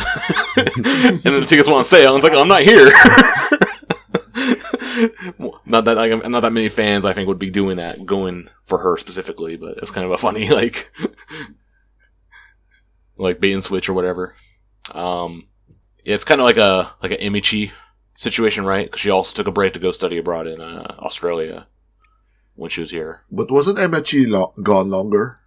It's gone very, very long. I think it was like 6 months or something. I think she did like. Yeah, I think it was like half a year. And wasn't she B2 captain at that time? Yeah. Yeah. Which was I think she wasn't captain anymore or something. Oh. Yeah, I still B2. I don't remember, but yeah, it was a while. Yeah. So it's like more like repeating or echoing Imichi. The comparisons keep on coming together. Because they both like riding horses. Say abroad. Oh yeah, okay. So the whole thing with the Jakarta stuff last year, I think maybe she might have gotten some like imposter syndrome. Maybe she realized, oh wait, my English is actually not that good for this kind of thing, and that's why maybe it helped her make the decision. Okay, I need to actually go study abroad, try to improve my English. So maybe that's my thought on that. Maybe. Yeah. But I don't know how useful English is in Indonesia is anyway. Well, I mean, we rather spoke English rather than Japanese. Yeah. Yeah, so it might have been like some weird, like, I think she like feels maybe a little, because sometimes she always like second guesses herself with the English stuff or whatever. Again, she asked Arda, like, what do you call this in English? Like the shoulder chop thing, right? Yeah. Or like when she got promoted, she didn't remember doesn't know how to say promotion in English, so it was like a. Well, maybe that's why she's not in this big visual thing, is because she was going to go study abroad. Not that it matters, but I think most likely she's just going to be missing the next single. I don't think so. Like she's still gonna join for Hanashikai, I think. Can she do a Hanashikai from England? Okay, I'm back on. Okay, let's do this. She can do it from Logic's apartment. She's Logic can be the staff, and then she will show Matt all the British like takeaway food. She'll show me like fish and chips. And spotted dick in a can or whatever. Walkers. Yeah. It'll also be like 5 in the morning or something for her when that happens, or some weird ass time. Yeah. Anyway, yeah. So, she said a few months, and so like we were doing some like weird like stalking stuff or whatever. Like what? And I guess like the plan is like it says like 2 to 24 weeks or whatever was like one of the plans, and there's the next one after that is like 6 months or more. So. Yeah, she might just miss like this 29th annual release events or whatever, and then we'll see her. She comes back afterwards. Who knows? But yeah, good luck. NMB was at the Japan Idol Festival, like presented by Maneki Neko Karaoke, on 16th of January at Zep Diver City. Your favorite karaoke chain. Yeah, because you can get like soft cream. One of them has like Dippin' Dots, like a Dippin' Dots bar. Oh god, not the ones in Osaka though. But anyway, that's beside the point. It was some cheek idol bullshit festival that NMB performed at. I could have gone to this. I had the day off, but I didn't want to go spend. I didn't want to spend 8,000 yen on it for a 30-minute show at the end of the day with a bunch of cheek idol fuckboy fans. Yeah. At least and NMB was last. It's not a visual Senbatsu too. Mikana was in. Hey, Yayoi is not in there. Of course, it's not the visual Senbatsu. And but anyway, it was I said before, it's basically the Nagisa Cycle Senbatsu minus Chihi, Yumi, Mighty, Wakapon. And Wakapon was originally on there, but then she got swapped out for Ayapilon. They had actually it's a weird Senbatsu. They had real work. Yeah, real work. Well, what real work did Mighty have? Yeah, being the second Nagisa. TV shows apparently she had variety shows to be on because she was next Nagisa.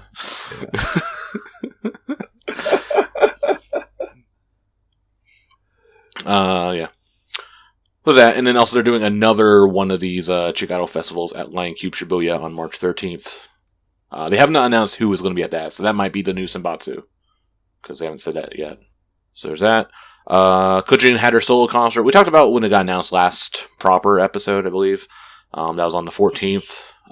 She did some cool songs. Did a bunch of like non-NMB, non-48 songs, namely like some Sakamichi songs. There's like a AAA song in there. Yeah, maybe that's why there was no stream. Yeah, some like rights issue or whatever, license issue. Couldn't stream it. So yeah. So if you went there, you would know. But they also did have Kameko tickets for that, so people did take pictures for some of it. Also, Anju was there as like a backup singer, dancer, performer. Well, she was doing duets basically for 3 songs. Yeah. Yeah, and I heard it was recommended by Ray. Yeah. They talked about it on Teppen Radio. Yeah. Kojirin and Ray were talking. Kojirin was talking about, I want a member to be a dancer at my solo concert, and then she's someone who like dances very beautifully and feminine, and Ray suggested Anju. And Wakapon told Anju this story, and Anju was so happy. Yeah, looking at the photos, it's a lot of like Kojirin fangirl bait. Like people want to be in Anju's place.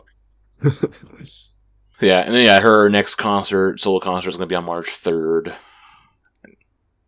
I think both of these were at like Osaka TT Hall, right? Yeah, the small venue. So it still holds like 800, but they were still selling day of tickets, I think.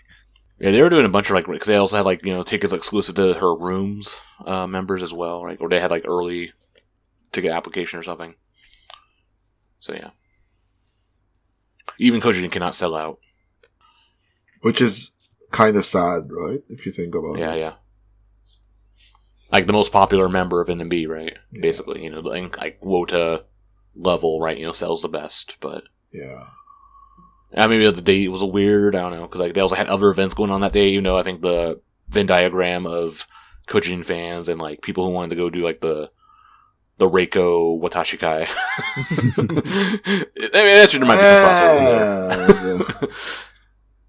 I mean, it doesn't exist though. The crossover is probably very small, so I wouldn't, Yeah. Yeah. All right. Anyway, next, Yayoi has a play.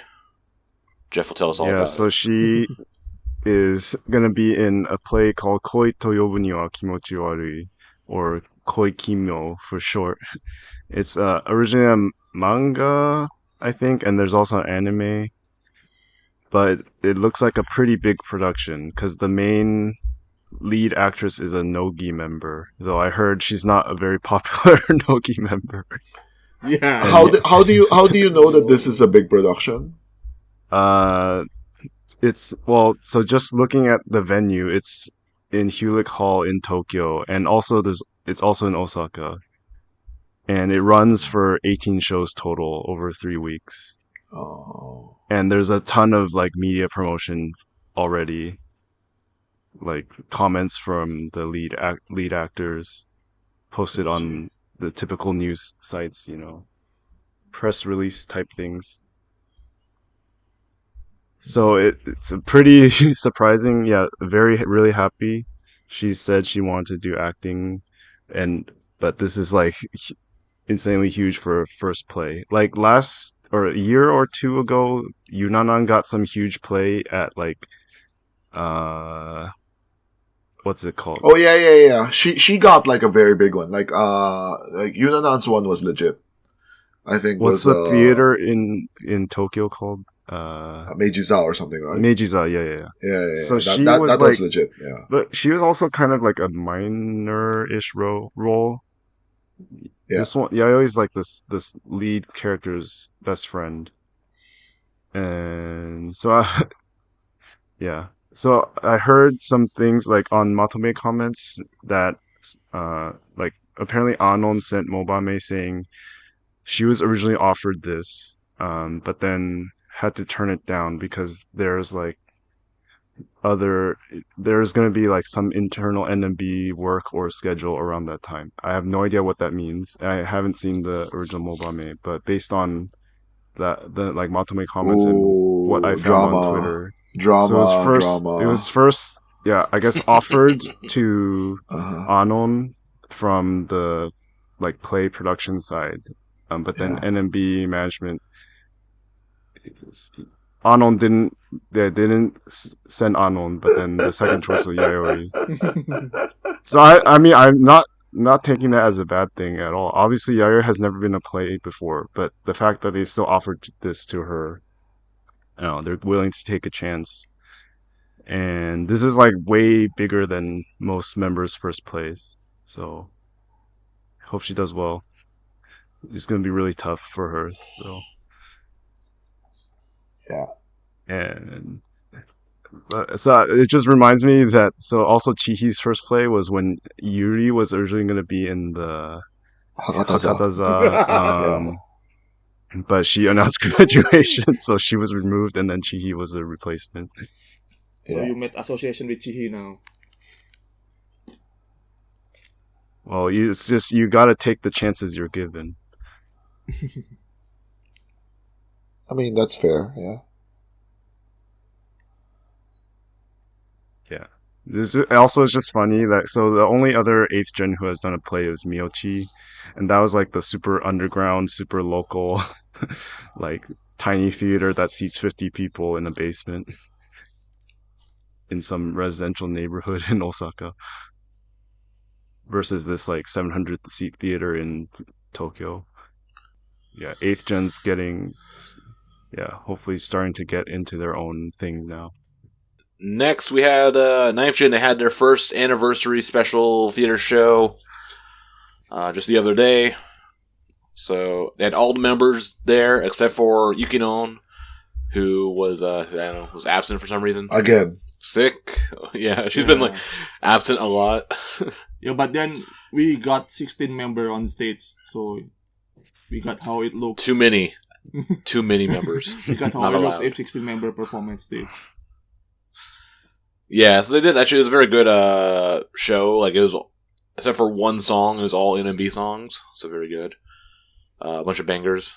The one song they didn't do that wasn't NMB was End Roll, and that was like a unit with the 4 promoted members. And then the other members, they did a song together.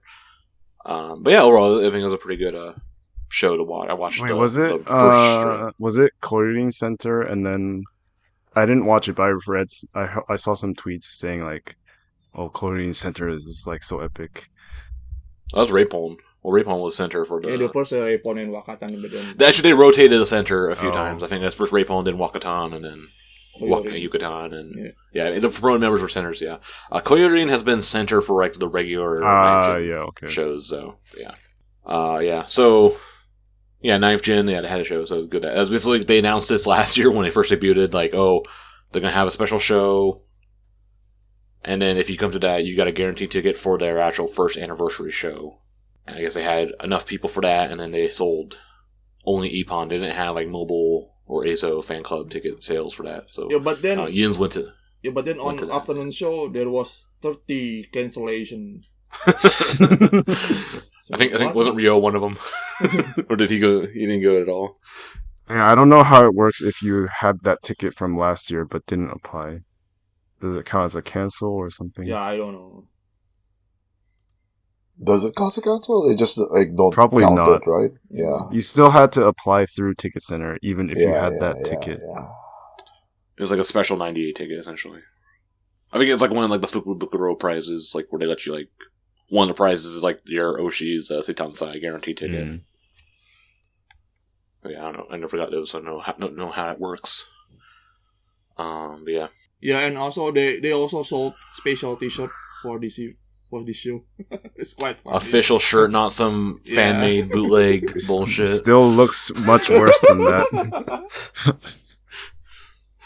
It's just text. Like you were talking about, it's the shirts with text.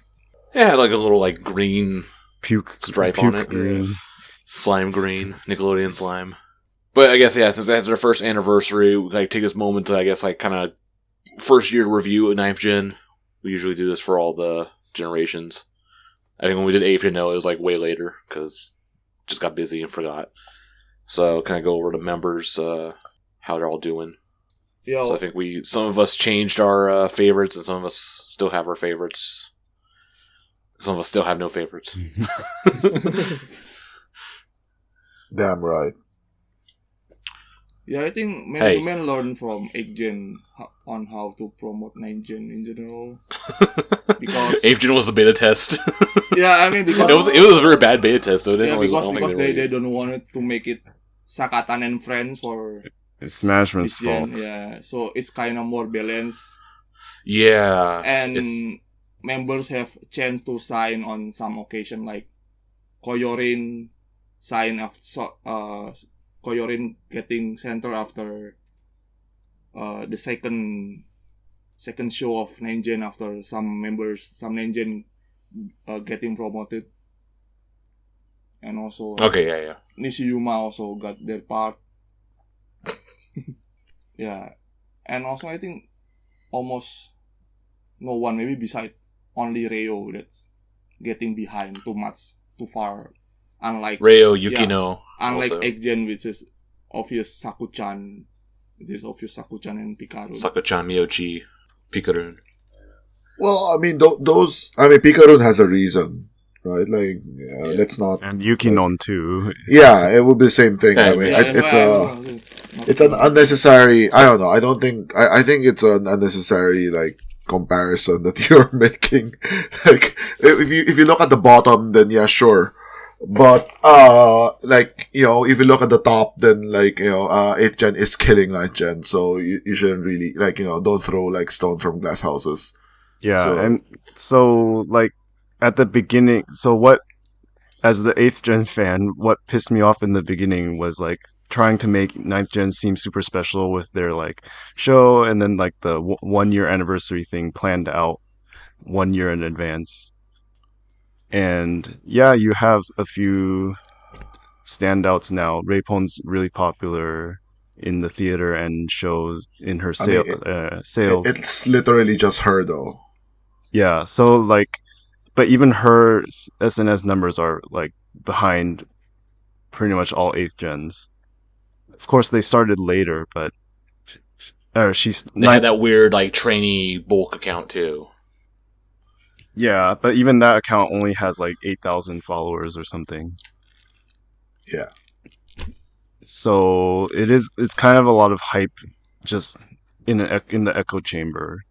And like 9th gen shows are constantly having like extra tickets sold on the day, even on weekends.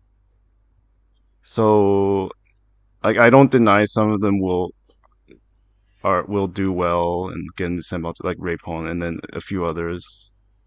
But it's not a huge improvement over 8th gen. You guys like some 9th gen members, but objectively, it's not that much of an improvement. You know, it's kind of just the typical progression. Like, you still see the general slide in popularity, right? Like, the average number of followers for 9th gen is much behind 8th gen, and then which is behind 7th gen. But yeah, I think, as like Artist said, it is like a bit more balanced. Like, you don't have like, okay, Reipon's at the top, but then you also like I think Yucatan is like, yeah, I mean, even it's like basically a jump that gap push Reipon that hard and just let they kind of spread the love kind of like. So like Reipon sold the best, but then they put Yucatan like in that one unit, and then they put Wakatan in the Senbatsu, and then. Basically, 9th gen just doesn't have anyone to like put all your eggs into. Like 8th gen has Sakatan, and like 1 year, like when was like 1 year after for 8th gen would be like a year ago, right? Yes. Like I think like Sakatan last year is like much stronger than whoever anyone is from 9th gen right now. Like. Whether it's Yucatan or Wakatan or Reipon. Like, I mean, that's just fact, right? Like, they made her the Ion regen. So, you can't say that, like, 9th gen is better than 8th gen if you look at the top. I think there's more. The very top end. Because So 8th gen is just Sakatan, though. No, you have Mako and Ayapyon and they're still Yukino. Like behind, like way more behind Sakatan than. Yeah, but they're not behind 9th gen. Oh, we're not saying like we're separating them. Like we're saying the pack of 8th gen as one unit and 9th gen as one unit. Yeah, but I'm saying like, that the gap between Reipon and like Yucatan and Wakatan is much smaller than like say Sakatan and then. Ayapyon and yeah, but that's not a positive. What the hell? How is that a positive? I'm saying like, the gap is smaller, so it's like not as like super rocket push, gory push. No, but your argument is that like everyone in 9th gen is like, you know, together above. They're more unified because they were given their own theater show. 8th gen didn't get that. They could be unified in the bottom. It doesn't matter. Yeah, they're unified in the bottom. But also, like, but I feel like basically it's not as like unbalanced as like. Well, first of all, Ayapyon and Makochi are catching up quite well. Like, yeah, they're catching up. I mean, that's just anyway. I don't want to make this a whole fight of 8th and 9th gen, even though I would love it. But let's talk about 9th gen. But of course, I mean, like a lot of it, it's hard not to because as the biggest difference is not having a Gory Oshi. Yeah, no, let's talk about 9th gen. In that, like, they didn't push. Well, I guess, so Rapon is from Yumin, right? It wasn't really a management push. So, that's my thing Right. with 9th gen, That's is true. that, like, management never actually got behind anyone. They tried really, really hard with They Yucatan. spread it. They spread it around. No, they didn't. Yes. What? Like I said, like it's three. It's three members. No, Rapon, they were forced into it. Yeah, and then they were originally going with Yucatan. And then for some reason they went with Wakatan. And then they went, well, yeah, they're spreading They did the... as a point, spread the... They're Like, not they're fucking testing it spreading out, it. like, It hey, just who- means that they suck at it. Would you prefer to all in on one? I don't know. So Arda would. basically my point is that it doesn't feel like 9th gen is like special. Coherent. Yeah. Like, what the hell are they doing? So if they had gotten behind Rapon at the start, they would probably be in a much better position right now. Yeah. No, it'd just be the same as 8th gen. 8th gen's doing pretty well. No matter what you and Aruda think. Look at 8th gen sales. They're doing better. Look at Rapon sales. Okay. And isn't that what I'm saying? They should have gotten behind her. No, that's the only thing I'm saying, is that, like, their top end is pretty weak. I don't know, maybe their low end is better than 8th gen's low end, but I'm looking at, like, Reo and Yukinon and, all that ilk. And it looks pretty similar to 8th gen's low end. So then the next argument is, like, the middle. Oh, Which middle's better? The middle is gonna be like Matt arguing for Nishiyuma. Who sucks? Yuma, Kojirin, Yoshimin. I will say though that, like, I'm very impressed with Yoshimin. Like, if anyone is gonna break out from 9th gen, not as like a super popular one, but like maybe like a Reiko type or something, I think it would be Yoshimin. Or a Wakapon type, yeah. Would be Yoshimin. I'm impressed at, like, how hard she works. Like, the whole try hard thing. She's like Karen, except, like, she actually is getting some traction. I mean, it's Karin, but, like, the competition is less, so naturally she can succeed. Yeah, I mean, she's starting way earlier than I think Karen did, right? I think Karen was doing the try hard thing very early. But just the problem with Karen is that she doesn't really have any talents. So she couldn't, like, try hard on anything. Yoshimin has So, yeah. piano. Yeah, Yoshimin has the piano, and then she has, like, some really weird things, right? Like Dragon Quest, and then Oh yeah. farming for some reason. So, I mean, it's something to remember her by, right? Like, I'll be honest, like, I don't really follow. Like, I find 9th gen, a lot of them, like, very forgettable. But, like, Yoshimin is very, like, memorable to me. I mean, that's the funny thing. They like to say they're all super unique and weird. Yeah. They are. Not really. Except they promoted, like, the one who calls herself the most boring Manamin. Yeah, see, that's like the promotions, right? So they promoted 4 members. Like, yeah, Monamin's like the one like that sticks out, like the least obvious one to get promoted of them. I think it's more like she was just, like, more mature than a lot. I don't know. Like, I'm basing this off of, like, the MC on the concert. She seemed like the most, like, put together out of everyone. Like, she was the Tsukomi. I actually don't know why they promoted her, because she was the only Tsukomi out of everyone. Well, Manamin also sold really well. She had the one like Hong Kong fan or Singapore. whale guy, Singapore whale guy. Those don't count. Management knows. Yeah, Management he's knows gonna- about those again. guys. Yeah, but He's they're gonna- still really He's gonna jump to really 10th well. gen. Yeah. I think he already dropped. I think he already dropped her. Even I will say though that, like, 9th gen has done better with their lolis than 8th gen. The 8th gen lolis, was it like Sakuchan and Risa And and Hikaru. Risahi. Risahi. Risahi? Oh well, I guess not Risa. Risa's Risa's okay. Risa's better. Risa's been successful, but yeah, but Mihi, Sakuchan, even Pikarun, right? Well, so 9th Gen has done better with Ami and Ayami. Although they're I do think like if Ami grows up, there will be a problem. Super young, yeah, they're super young and still like super naive and cute.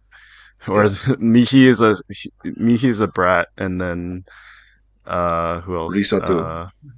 Risa is a brat, but it's like cuter, so people like it. And Sakachan is super quiet and also like has these weird emo episodes. Yeah. And Pikarun sick. Yeah. And she's not actually a loli. Everyone just thinks she is. Yeah. And then I guess with Ayami and Amitan, like they're kind of like weirdly like opposite. So like Ayami looks older but acts way more like immature, more childish. Yeah. Whereas Amitan, looks like a fucking child, but she's actually like way more mature and Jesus Christ, like puts herself together. Amitan's like, I don't know, she still looks like a child.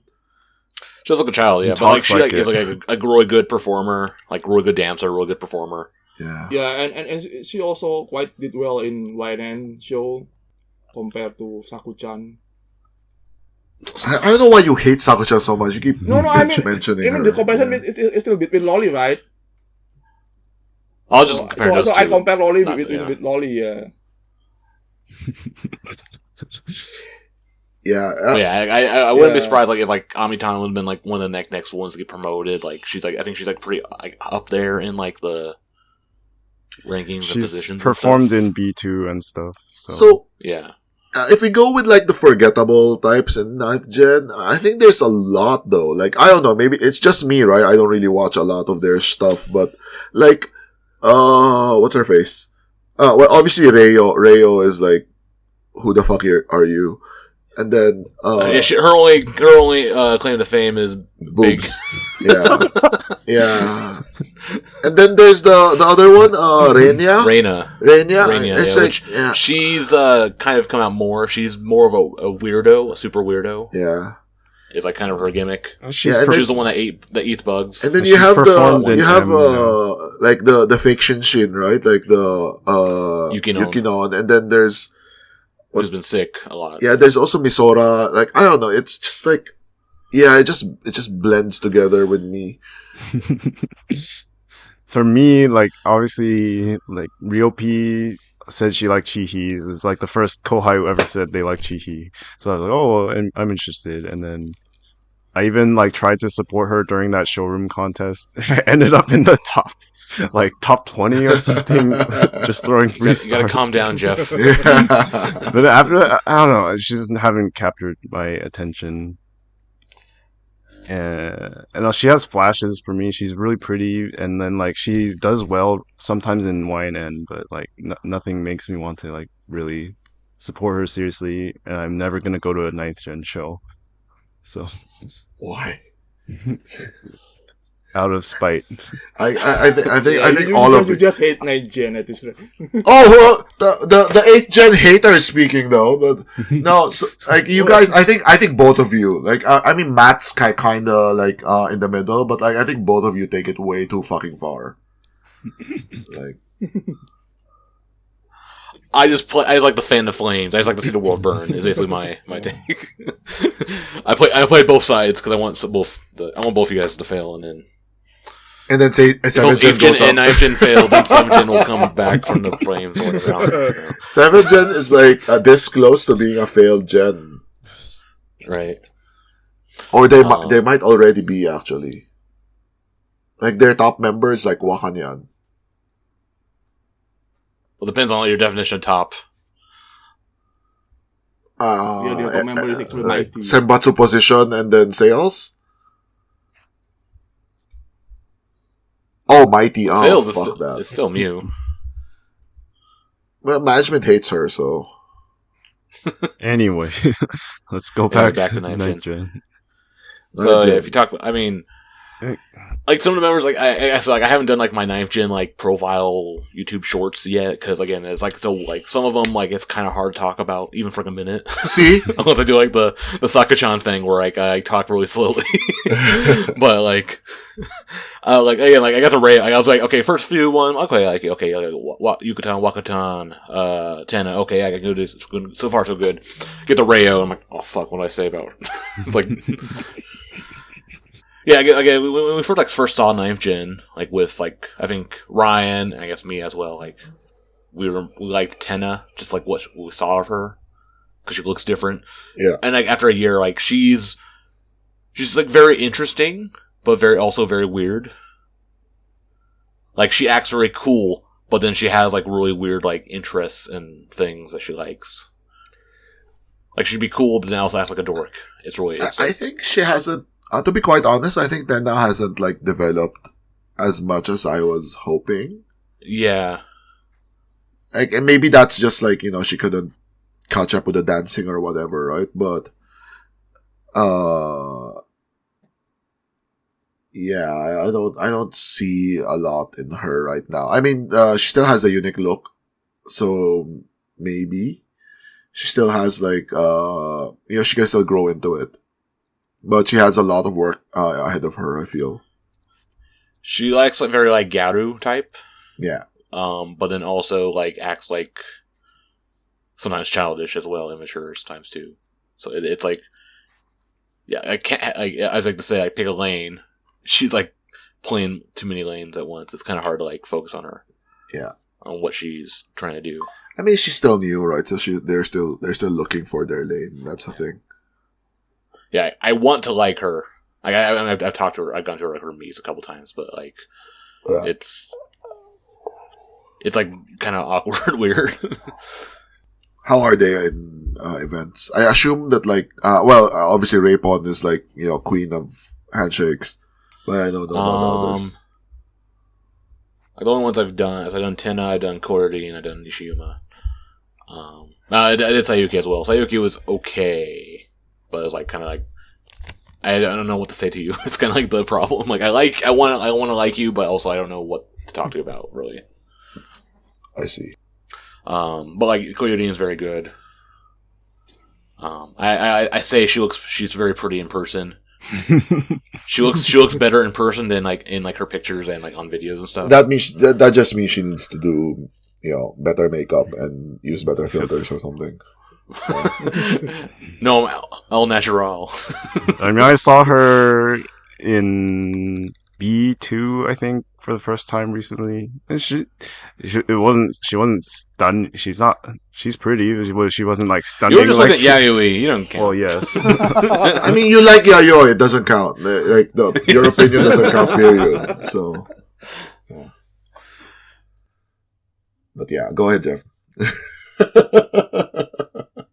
The only other 9th gen I have a really strong personal impression of is Misora. Like, I kind of thought she was cute, and also she's from Kyoto, so I wanted to like try to like her, but then I really don't like her performance style, even though that's like her signature, is that she's short, so she tries to dance really big. And then I read the Asahi NMB article she had, and she said she got like scolded by the dance teacher for like dancing too big and like not synchronizing with other members.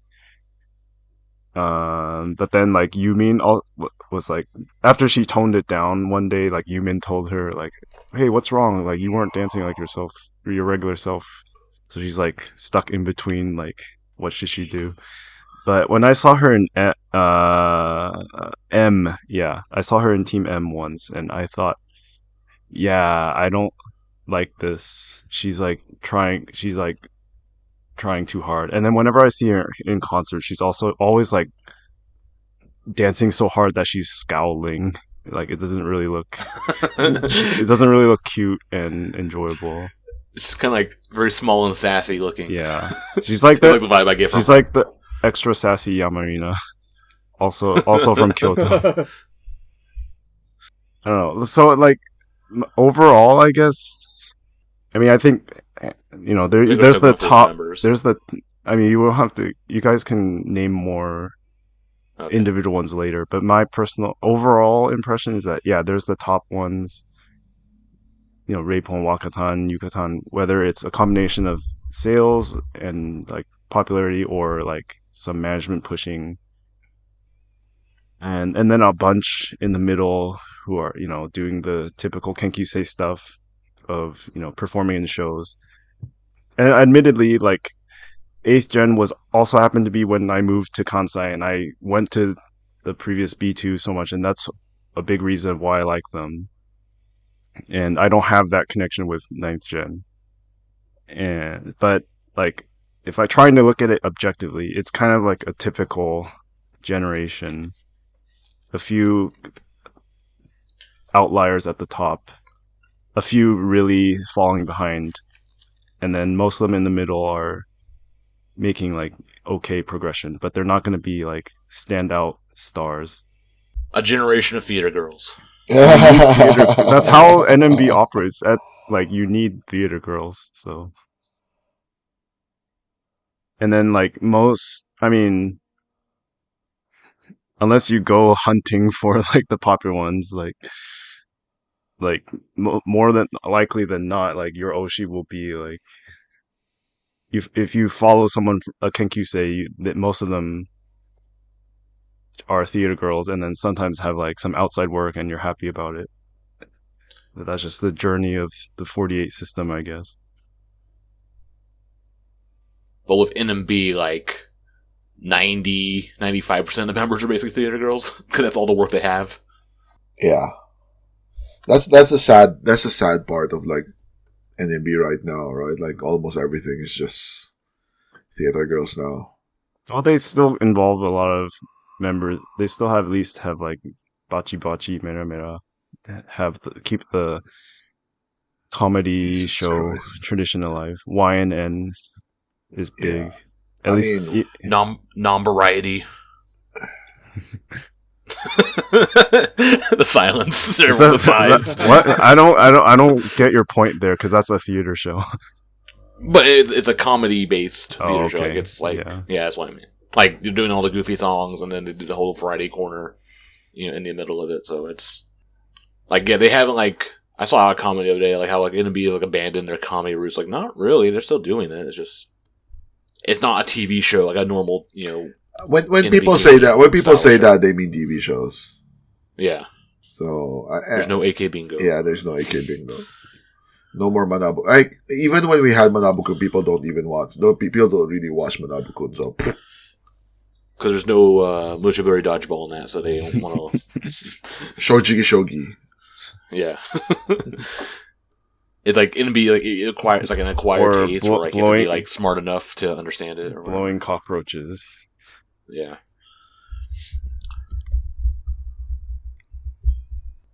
Other members here.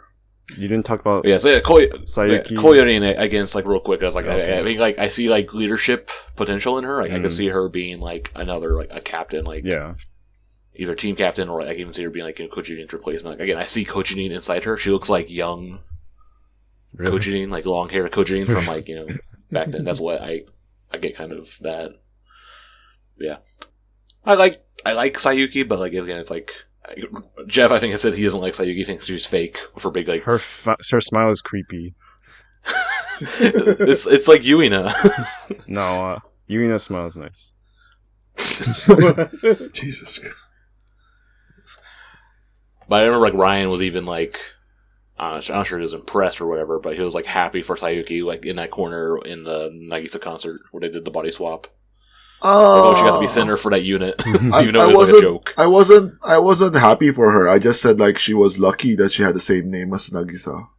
Yep. So it's like the Kojima. Yeah. It was like when Kojirin got called for like the Kojiharu graduation concert. Yeah. Exact same thing. Yeah. You didn't talk about Honopi, I think. No, I'm just going down. I'm going alphabetical. Okay. Yeah. So okay. I completely forgot about Izurina. Well, Hono P, I guess, like, so, I mean, we call her Izurina all the time, right? Because she's ugly or whatever. She actually is aware of that. No, she's not aware of that, but, like, she's aware, like, okay, she's not good looking. So she uses it, like, as, like, a butt of her joke, like, because it'll make some joke like, okay, who's the sexiest member here? And then like she'll raise her hand, as like self-deprecation or whatever. Yeah. So she's pretty funny. Like, I mean, she's like a really good like comedy member or whatever. And she has, and I can talk a lot. And she's in Twinkle. She's really good at dancing. She's performed in, I think, NM and B2. Yeah.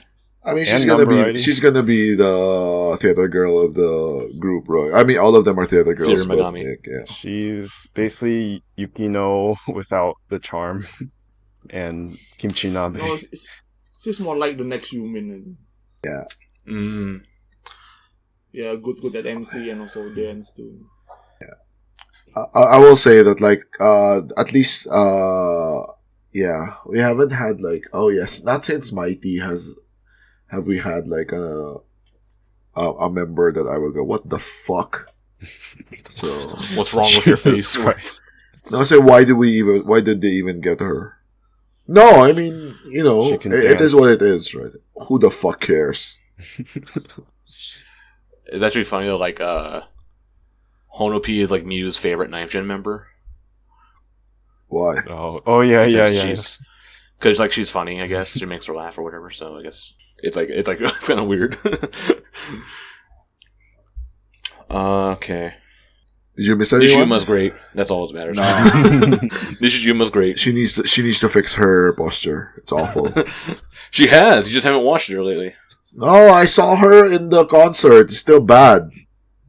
She was like standing in the Christmas tree in the very back. You couldn't see anything. No, like any time that like they had like the camera on her, she still had like awful posture. Like, I don't know. I can't make a determination on her just because like the posture is like distracting to me.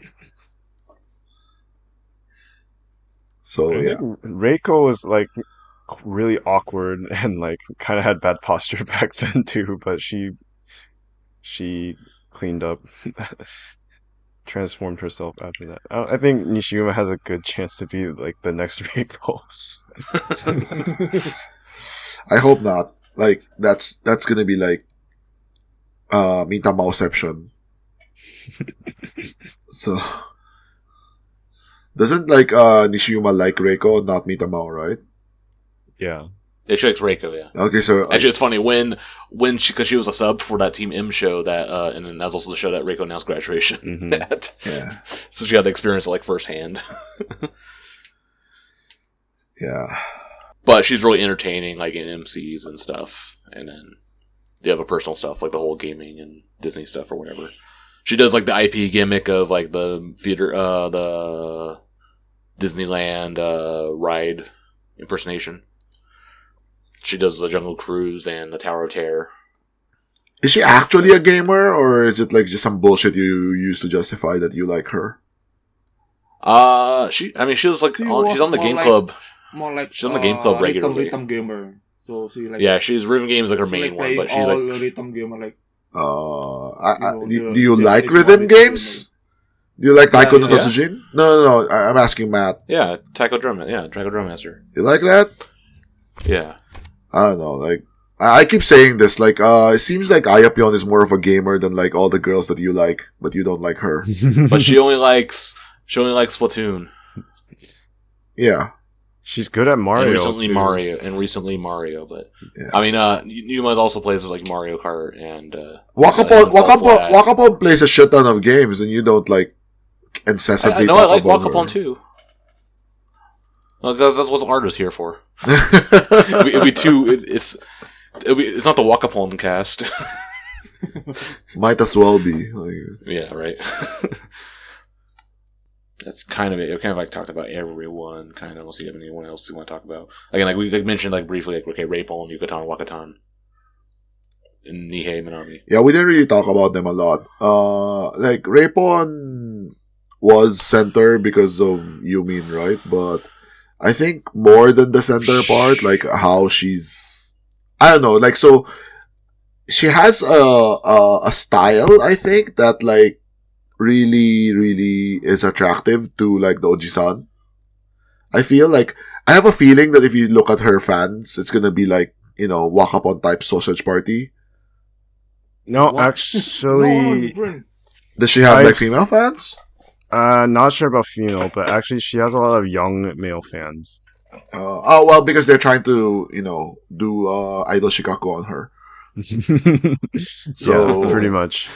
Yeah, I whatever, right? Like I think she's like tapped into something, and that like not since who's a good example from like I don't want to go all the way to like Milky or something, right? That's and that's excessive. But like I feel like she has something like that, like the Milky style, where the fishy type. Yeah. She's a very fishy type, and I mean Wakanyan's like that too. Yeah, but like it's different. I think we always compare it. They both look the same. You say they look the same. You saw two pictures of them. You couldn't tell which one was which. Yeah, I know. but she's like Wakanyan seems more. I don't know. Seems less fishy than her. Wakanyan has also kind of grown into it. Like Raipon was like this from the beginning. Yeah. And also, like for example, Shinchin, for example, is very fishy, right? Zeon, kind of. Yeah, is Zeon fishy? I didn't know that. Not really fishy, but like she has like a cuteness that like draws the charm. Yeah. True. But like I don't know. I think like I like for example Zeon's face a lot more than Raipon. But I do recognize that like she has something that like draws you to her for some reason. Yeah, it's hard to explain. In the theater shows. Yeah, I know that in the theater shows with her. She definitely has like the idol. Right, the aura, magic, yeah. Like she's very good at like giving attention to like anyone and everyone, like during like performing and stuff. Like looks at different parts, whereas like most of the other members are like just looking straight ahead. Yeah. So like she's like this is where she kind of stands out in that regard. Yeah. So I think it can't take her very far. I don't know how far it can take her. Right. Obviously, she's not going to go all the way to like Milky level, but. Let's see. I think she has a good. I mean, as long as she keeps, clean. Yeah. The landmine doesn't explode. But as long as she does that, like I think she can go very far.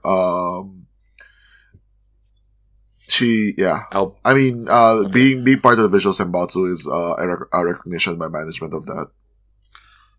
Okay. Albara sisters. I think too much too soon for both of them. I think Yucatan, she's not ready. They tried to turn her into the 9th gen Sakatan.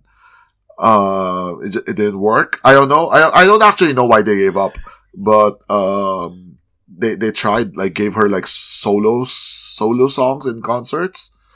Yeah, but Milky for some reason. Yeah. Milky stuff, right? Like I don't know. It's so weird. But she always looks like a deer in the headlights. Yes. Yeah. Right? Who was the one I always said like looked like a deer in the headlights? Kokona, yeah. But she doesn't have the Kokona appeal, I think. But I mean, she could gain it. I don't know. Yeah. But yeah, too much too soon. I hope it doesn't stunt her growth, like what happened to like Nishimura Aika or something like that. But yeah, her main gimmick is the whole like dog. Oh, the monomane, the dog monomane. Yeah, I mean that's pretty cute, I guess. But it gets overdone a little too much. Yeah, so for example, like Raipon is also one note, right? Like the whole like ton pom thing, like that's super one note. But it's just I feel like it can go further than the dog thing. Well, obviously. But yeah. Okay. And then Waka. I leave that to Geoff. I leave that to Geoff. The most Milquetoast idol, right? Yeah. I mean, that's a very good example. That's a very good description, Matt. Actually, I completely agree with what you said, and I won't say anything anymore. She's very vanilla. Like I think she's fine. Like she's not doesn't like make me angry or whatever. Like it doesn't offend me or anything. But it's like just kind of there. Like she's very like I guess safe and very standard. But like I could tell like she's not like scared to be on stage. She seems a little slightly confident and somewhat competent with being on stage too. So like I can appreciate that. So I can see why she's like the it was the captain of 9th Gen. But then it's like, yeah, generally her responses and stuff seems very like standard. Like I guess Ayan and Sakatan had the same problem as well. Like you say something to them, she'll give you a very stock response, like from like Milquetoast and stuff. So that's like my anecdote, little evidence or whatever. But let Arda do his filibuster. Well, because actually I was already her fan before meeting her at Milquetoast. It was actually quite nice because she actually recognized all of her fans, and she even called their name. So it's quite good. And also performance is also quite, I think the word is stable, I think. Yeah. And she also during live also her smile also good, so her expression during performance was also quite good.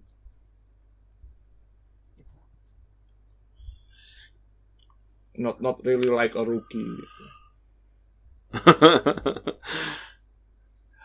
Yeah, I guess if you're her fan, I guess she'll give you good response or whatever. Which I guess a lot of members have that kind of thing. Where if they're your fan, they'll like you more. But I guess also I think that was the problem. It's like you should not just be appealing to your current fans, be trying to get new fans. But then some of them considering how few current fans she has, I think that's a terrible idea. But then some No. That's not like a diss. That's like common sense, right? Like you're only a year in, right? Like you can't just be appealing to your current fans. That's stupid. But also, like, don't give up on your current fans just for the sake of getting new fans. It's also the tricky. Is that the Karen? Just insert that into this, yeah. Okay.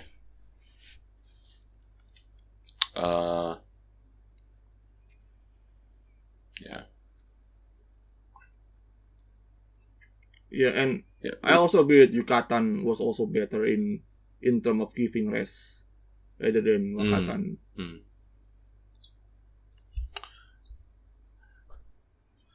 Confirmed, Yucatan better than Wakatan. We heard it here first.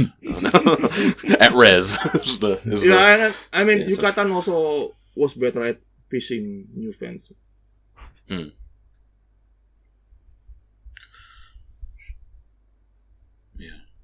Okay. I think that's everyone. Kind of mentioned everyone briefly. Some of them at higher levels and more.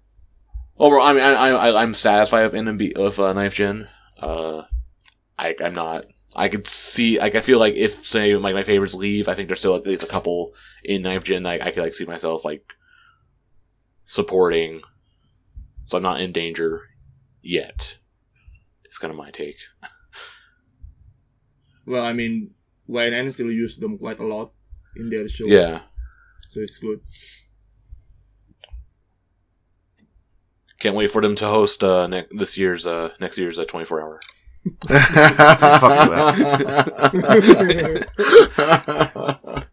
Maybe they'll get a retry on the summer camp too. Okay. Alright, so that's our kind of weird 9th Gen summary, year-end summary.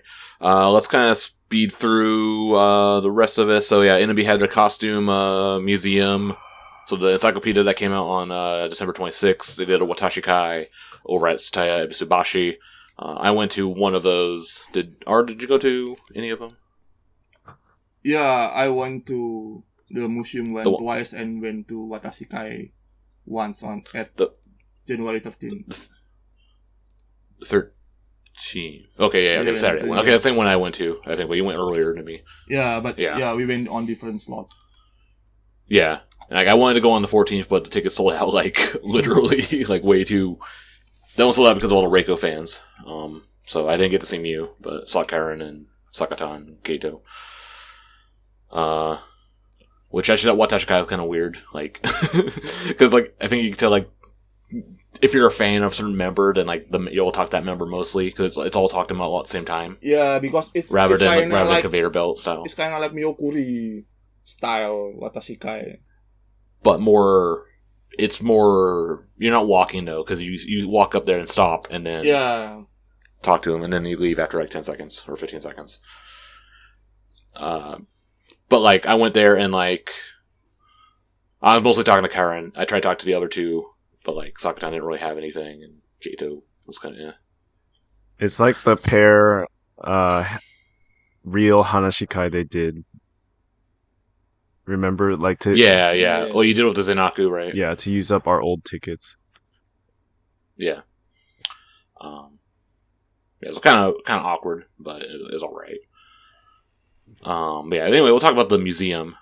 So they had this up for. They announced this like between podcasts, but yeah, it was up from January 2nd to January 14th, so about 2 weeks, over in Shinsaibashi Parko, up on the top floor. It was like a whole like little museum thing.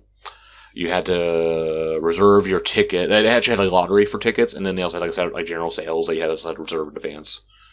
And it was like 2,000 yen for the ticket. And they had two versions of the tickets, like one for each week, with like the different like is the Nagisa Cycle members. Like half of them were on one ticket for 1 week, and then the second half were on the second week. Yeah, and that's why I went twice. Yeah. And yeah, so you walk through. It's like small but dense is the way I describe it. Like the area itself is pretty small, but then there's like tons of shit there. It's almost too dense. It was like people crowding around trying to take pictures, and hard to like go at your own pace. Yeah. When I went on the last day, and there's like weird like kind of like ebbs and flow of like traffic because of the time slots. Oh, really? They let in waves of people every 20 minutes, basically. Yeah. So like when I got in there, okay, it was like a few people, and then there's like almost no people, and then suddenly there's like a shit ton of people. But I spent like probably 30 minutes, 40 minutes in there, just like kind of like trying to get scanned of everything. And I think they had like over 100 costumes there. So basically, you had like the theater uniforms, you had the single costumes, the concert costumes, the album costumes. Waruki costume. They're like the water key corner, the Moso girlfriend like setup. Yeah. That's pretty cool. Some random like solo concerts. They had like the Kojirin costume, Saipi's like Imifu costume, and like Miru's solo costume. And then graduation dress. Like the graduation like area. I saw a tweet that if somebody didn't know what this was, like it was this idol costumes, and they just saw that picture, it would look like a bridal shop. Like wedding dresses. except for like Yuri's one. Yeah. The weirdest one out of all of them. But they knew how to set it up though, like the Sayaka one was in the middle. Yeah. Dead center, yeah. And then you can walk around to the back of the most popular ones, like Sayaka, Milky. Yeah. They had like a 360 like okay. area, you can walk around it, yeah. I see. Well, they know their audience. Yes. But yeah, a lot of very cool. I thought it was cool that like the members that had graduated like came back. I was really surprised how many grads went. Yeah. I didn't think so many would be interested, but then if you think about it, the costumes really are special for them. Yeah. For them, it's it's nostalgia, right? Like, I mean, I would actually look at it from the other side and say like it's surprising that there were members who weren't interested in going. Like the ones that didn't come. Yeah, like Yuri. Probably makes sense. Yeah. Well, her, Suchan. Oh well, like the girls who were fired, right? Like, fuck them. Yeah. But no Azusa, yeah. Yeah. But the ones that like left on good terms, right? Like, I wish they, for the most part, amicably. Yeah. Riona went. Even Riona went, but I didn't see Yuri. Yuri didn't go. Yeah. See, I would have known if she did. And like Nana and Suzu, like they didn't sign the board, but they brought they sent flowers. Yeah. Yeah. I mean, so like for example with Nana, I think that was the disappointment for me, is that Nana didn't go. But I assume that because of she didn't want to travel all the way to Osaka for it, right? Like the reason like Sayaka went was because her family lives in Osaka, so she just she went home for vacation and then went to go see it. Which isn't like, some girls can come, I guess. Like Antan didn't go, right, or something, like because she lives in Tokyo now. Like Kanakichi or something. Yeah. So there are a lot actually, if you think about it. Yeah. I saw Imichi was there, so she's not in Spain right now, I guess, or she wasn't at that time. Well, I mean, Sion also didn't go. Yes, yeah, of course, yeah. I mean, yeah, but I think the only member who actually is in the group that didn't go, I think, was Mikana. Yeah. That was because she was in Tokyo, right? For 2 weeks. Yeah. She was shooting the drama. I think she was at a theater show before that. Yeah, she was. Yeah, she was on one M show along with Ray. But she had to rehearse because it's like a month since her previous performance. Yeah. I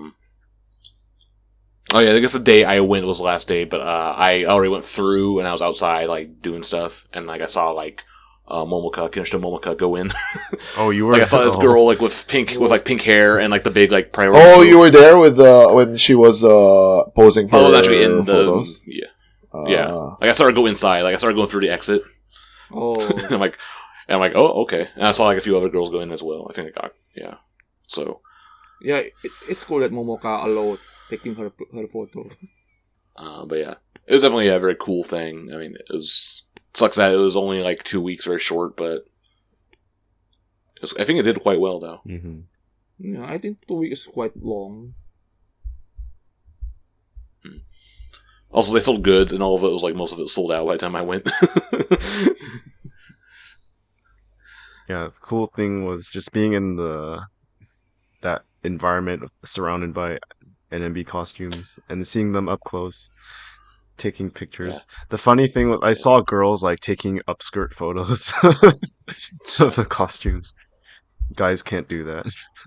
Yeah, there were a ton of girls there too. I think a lot of them, and also a lot of more like old fans, like former fans, I guess.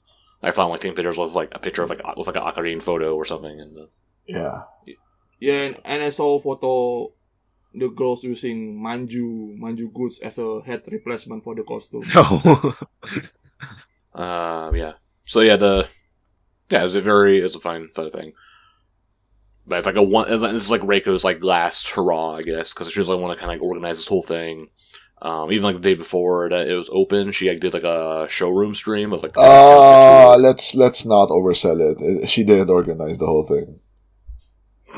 She was heavily involved. Yeah, like, but she did organize the whole thing. It was the costume designer, Matsunaga Mari. Yeah, I mean this whole thing like spurred off like this, and like the encyclopedia like got spurred off from like the Kansai Walker article that the column she regularly did.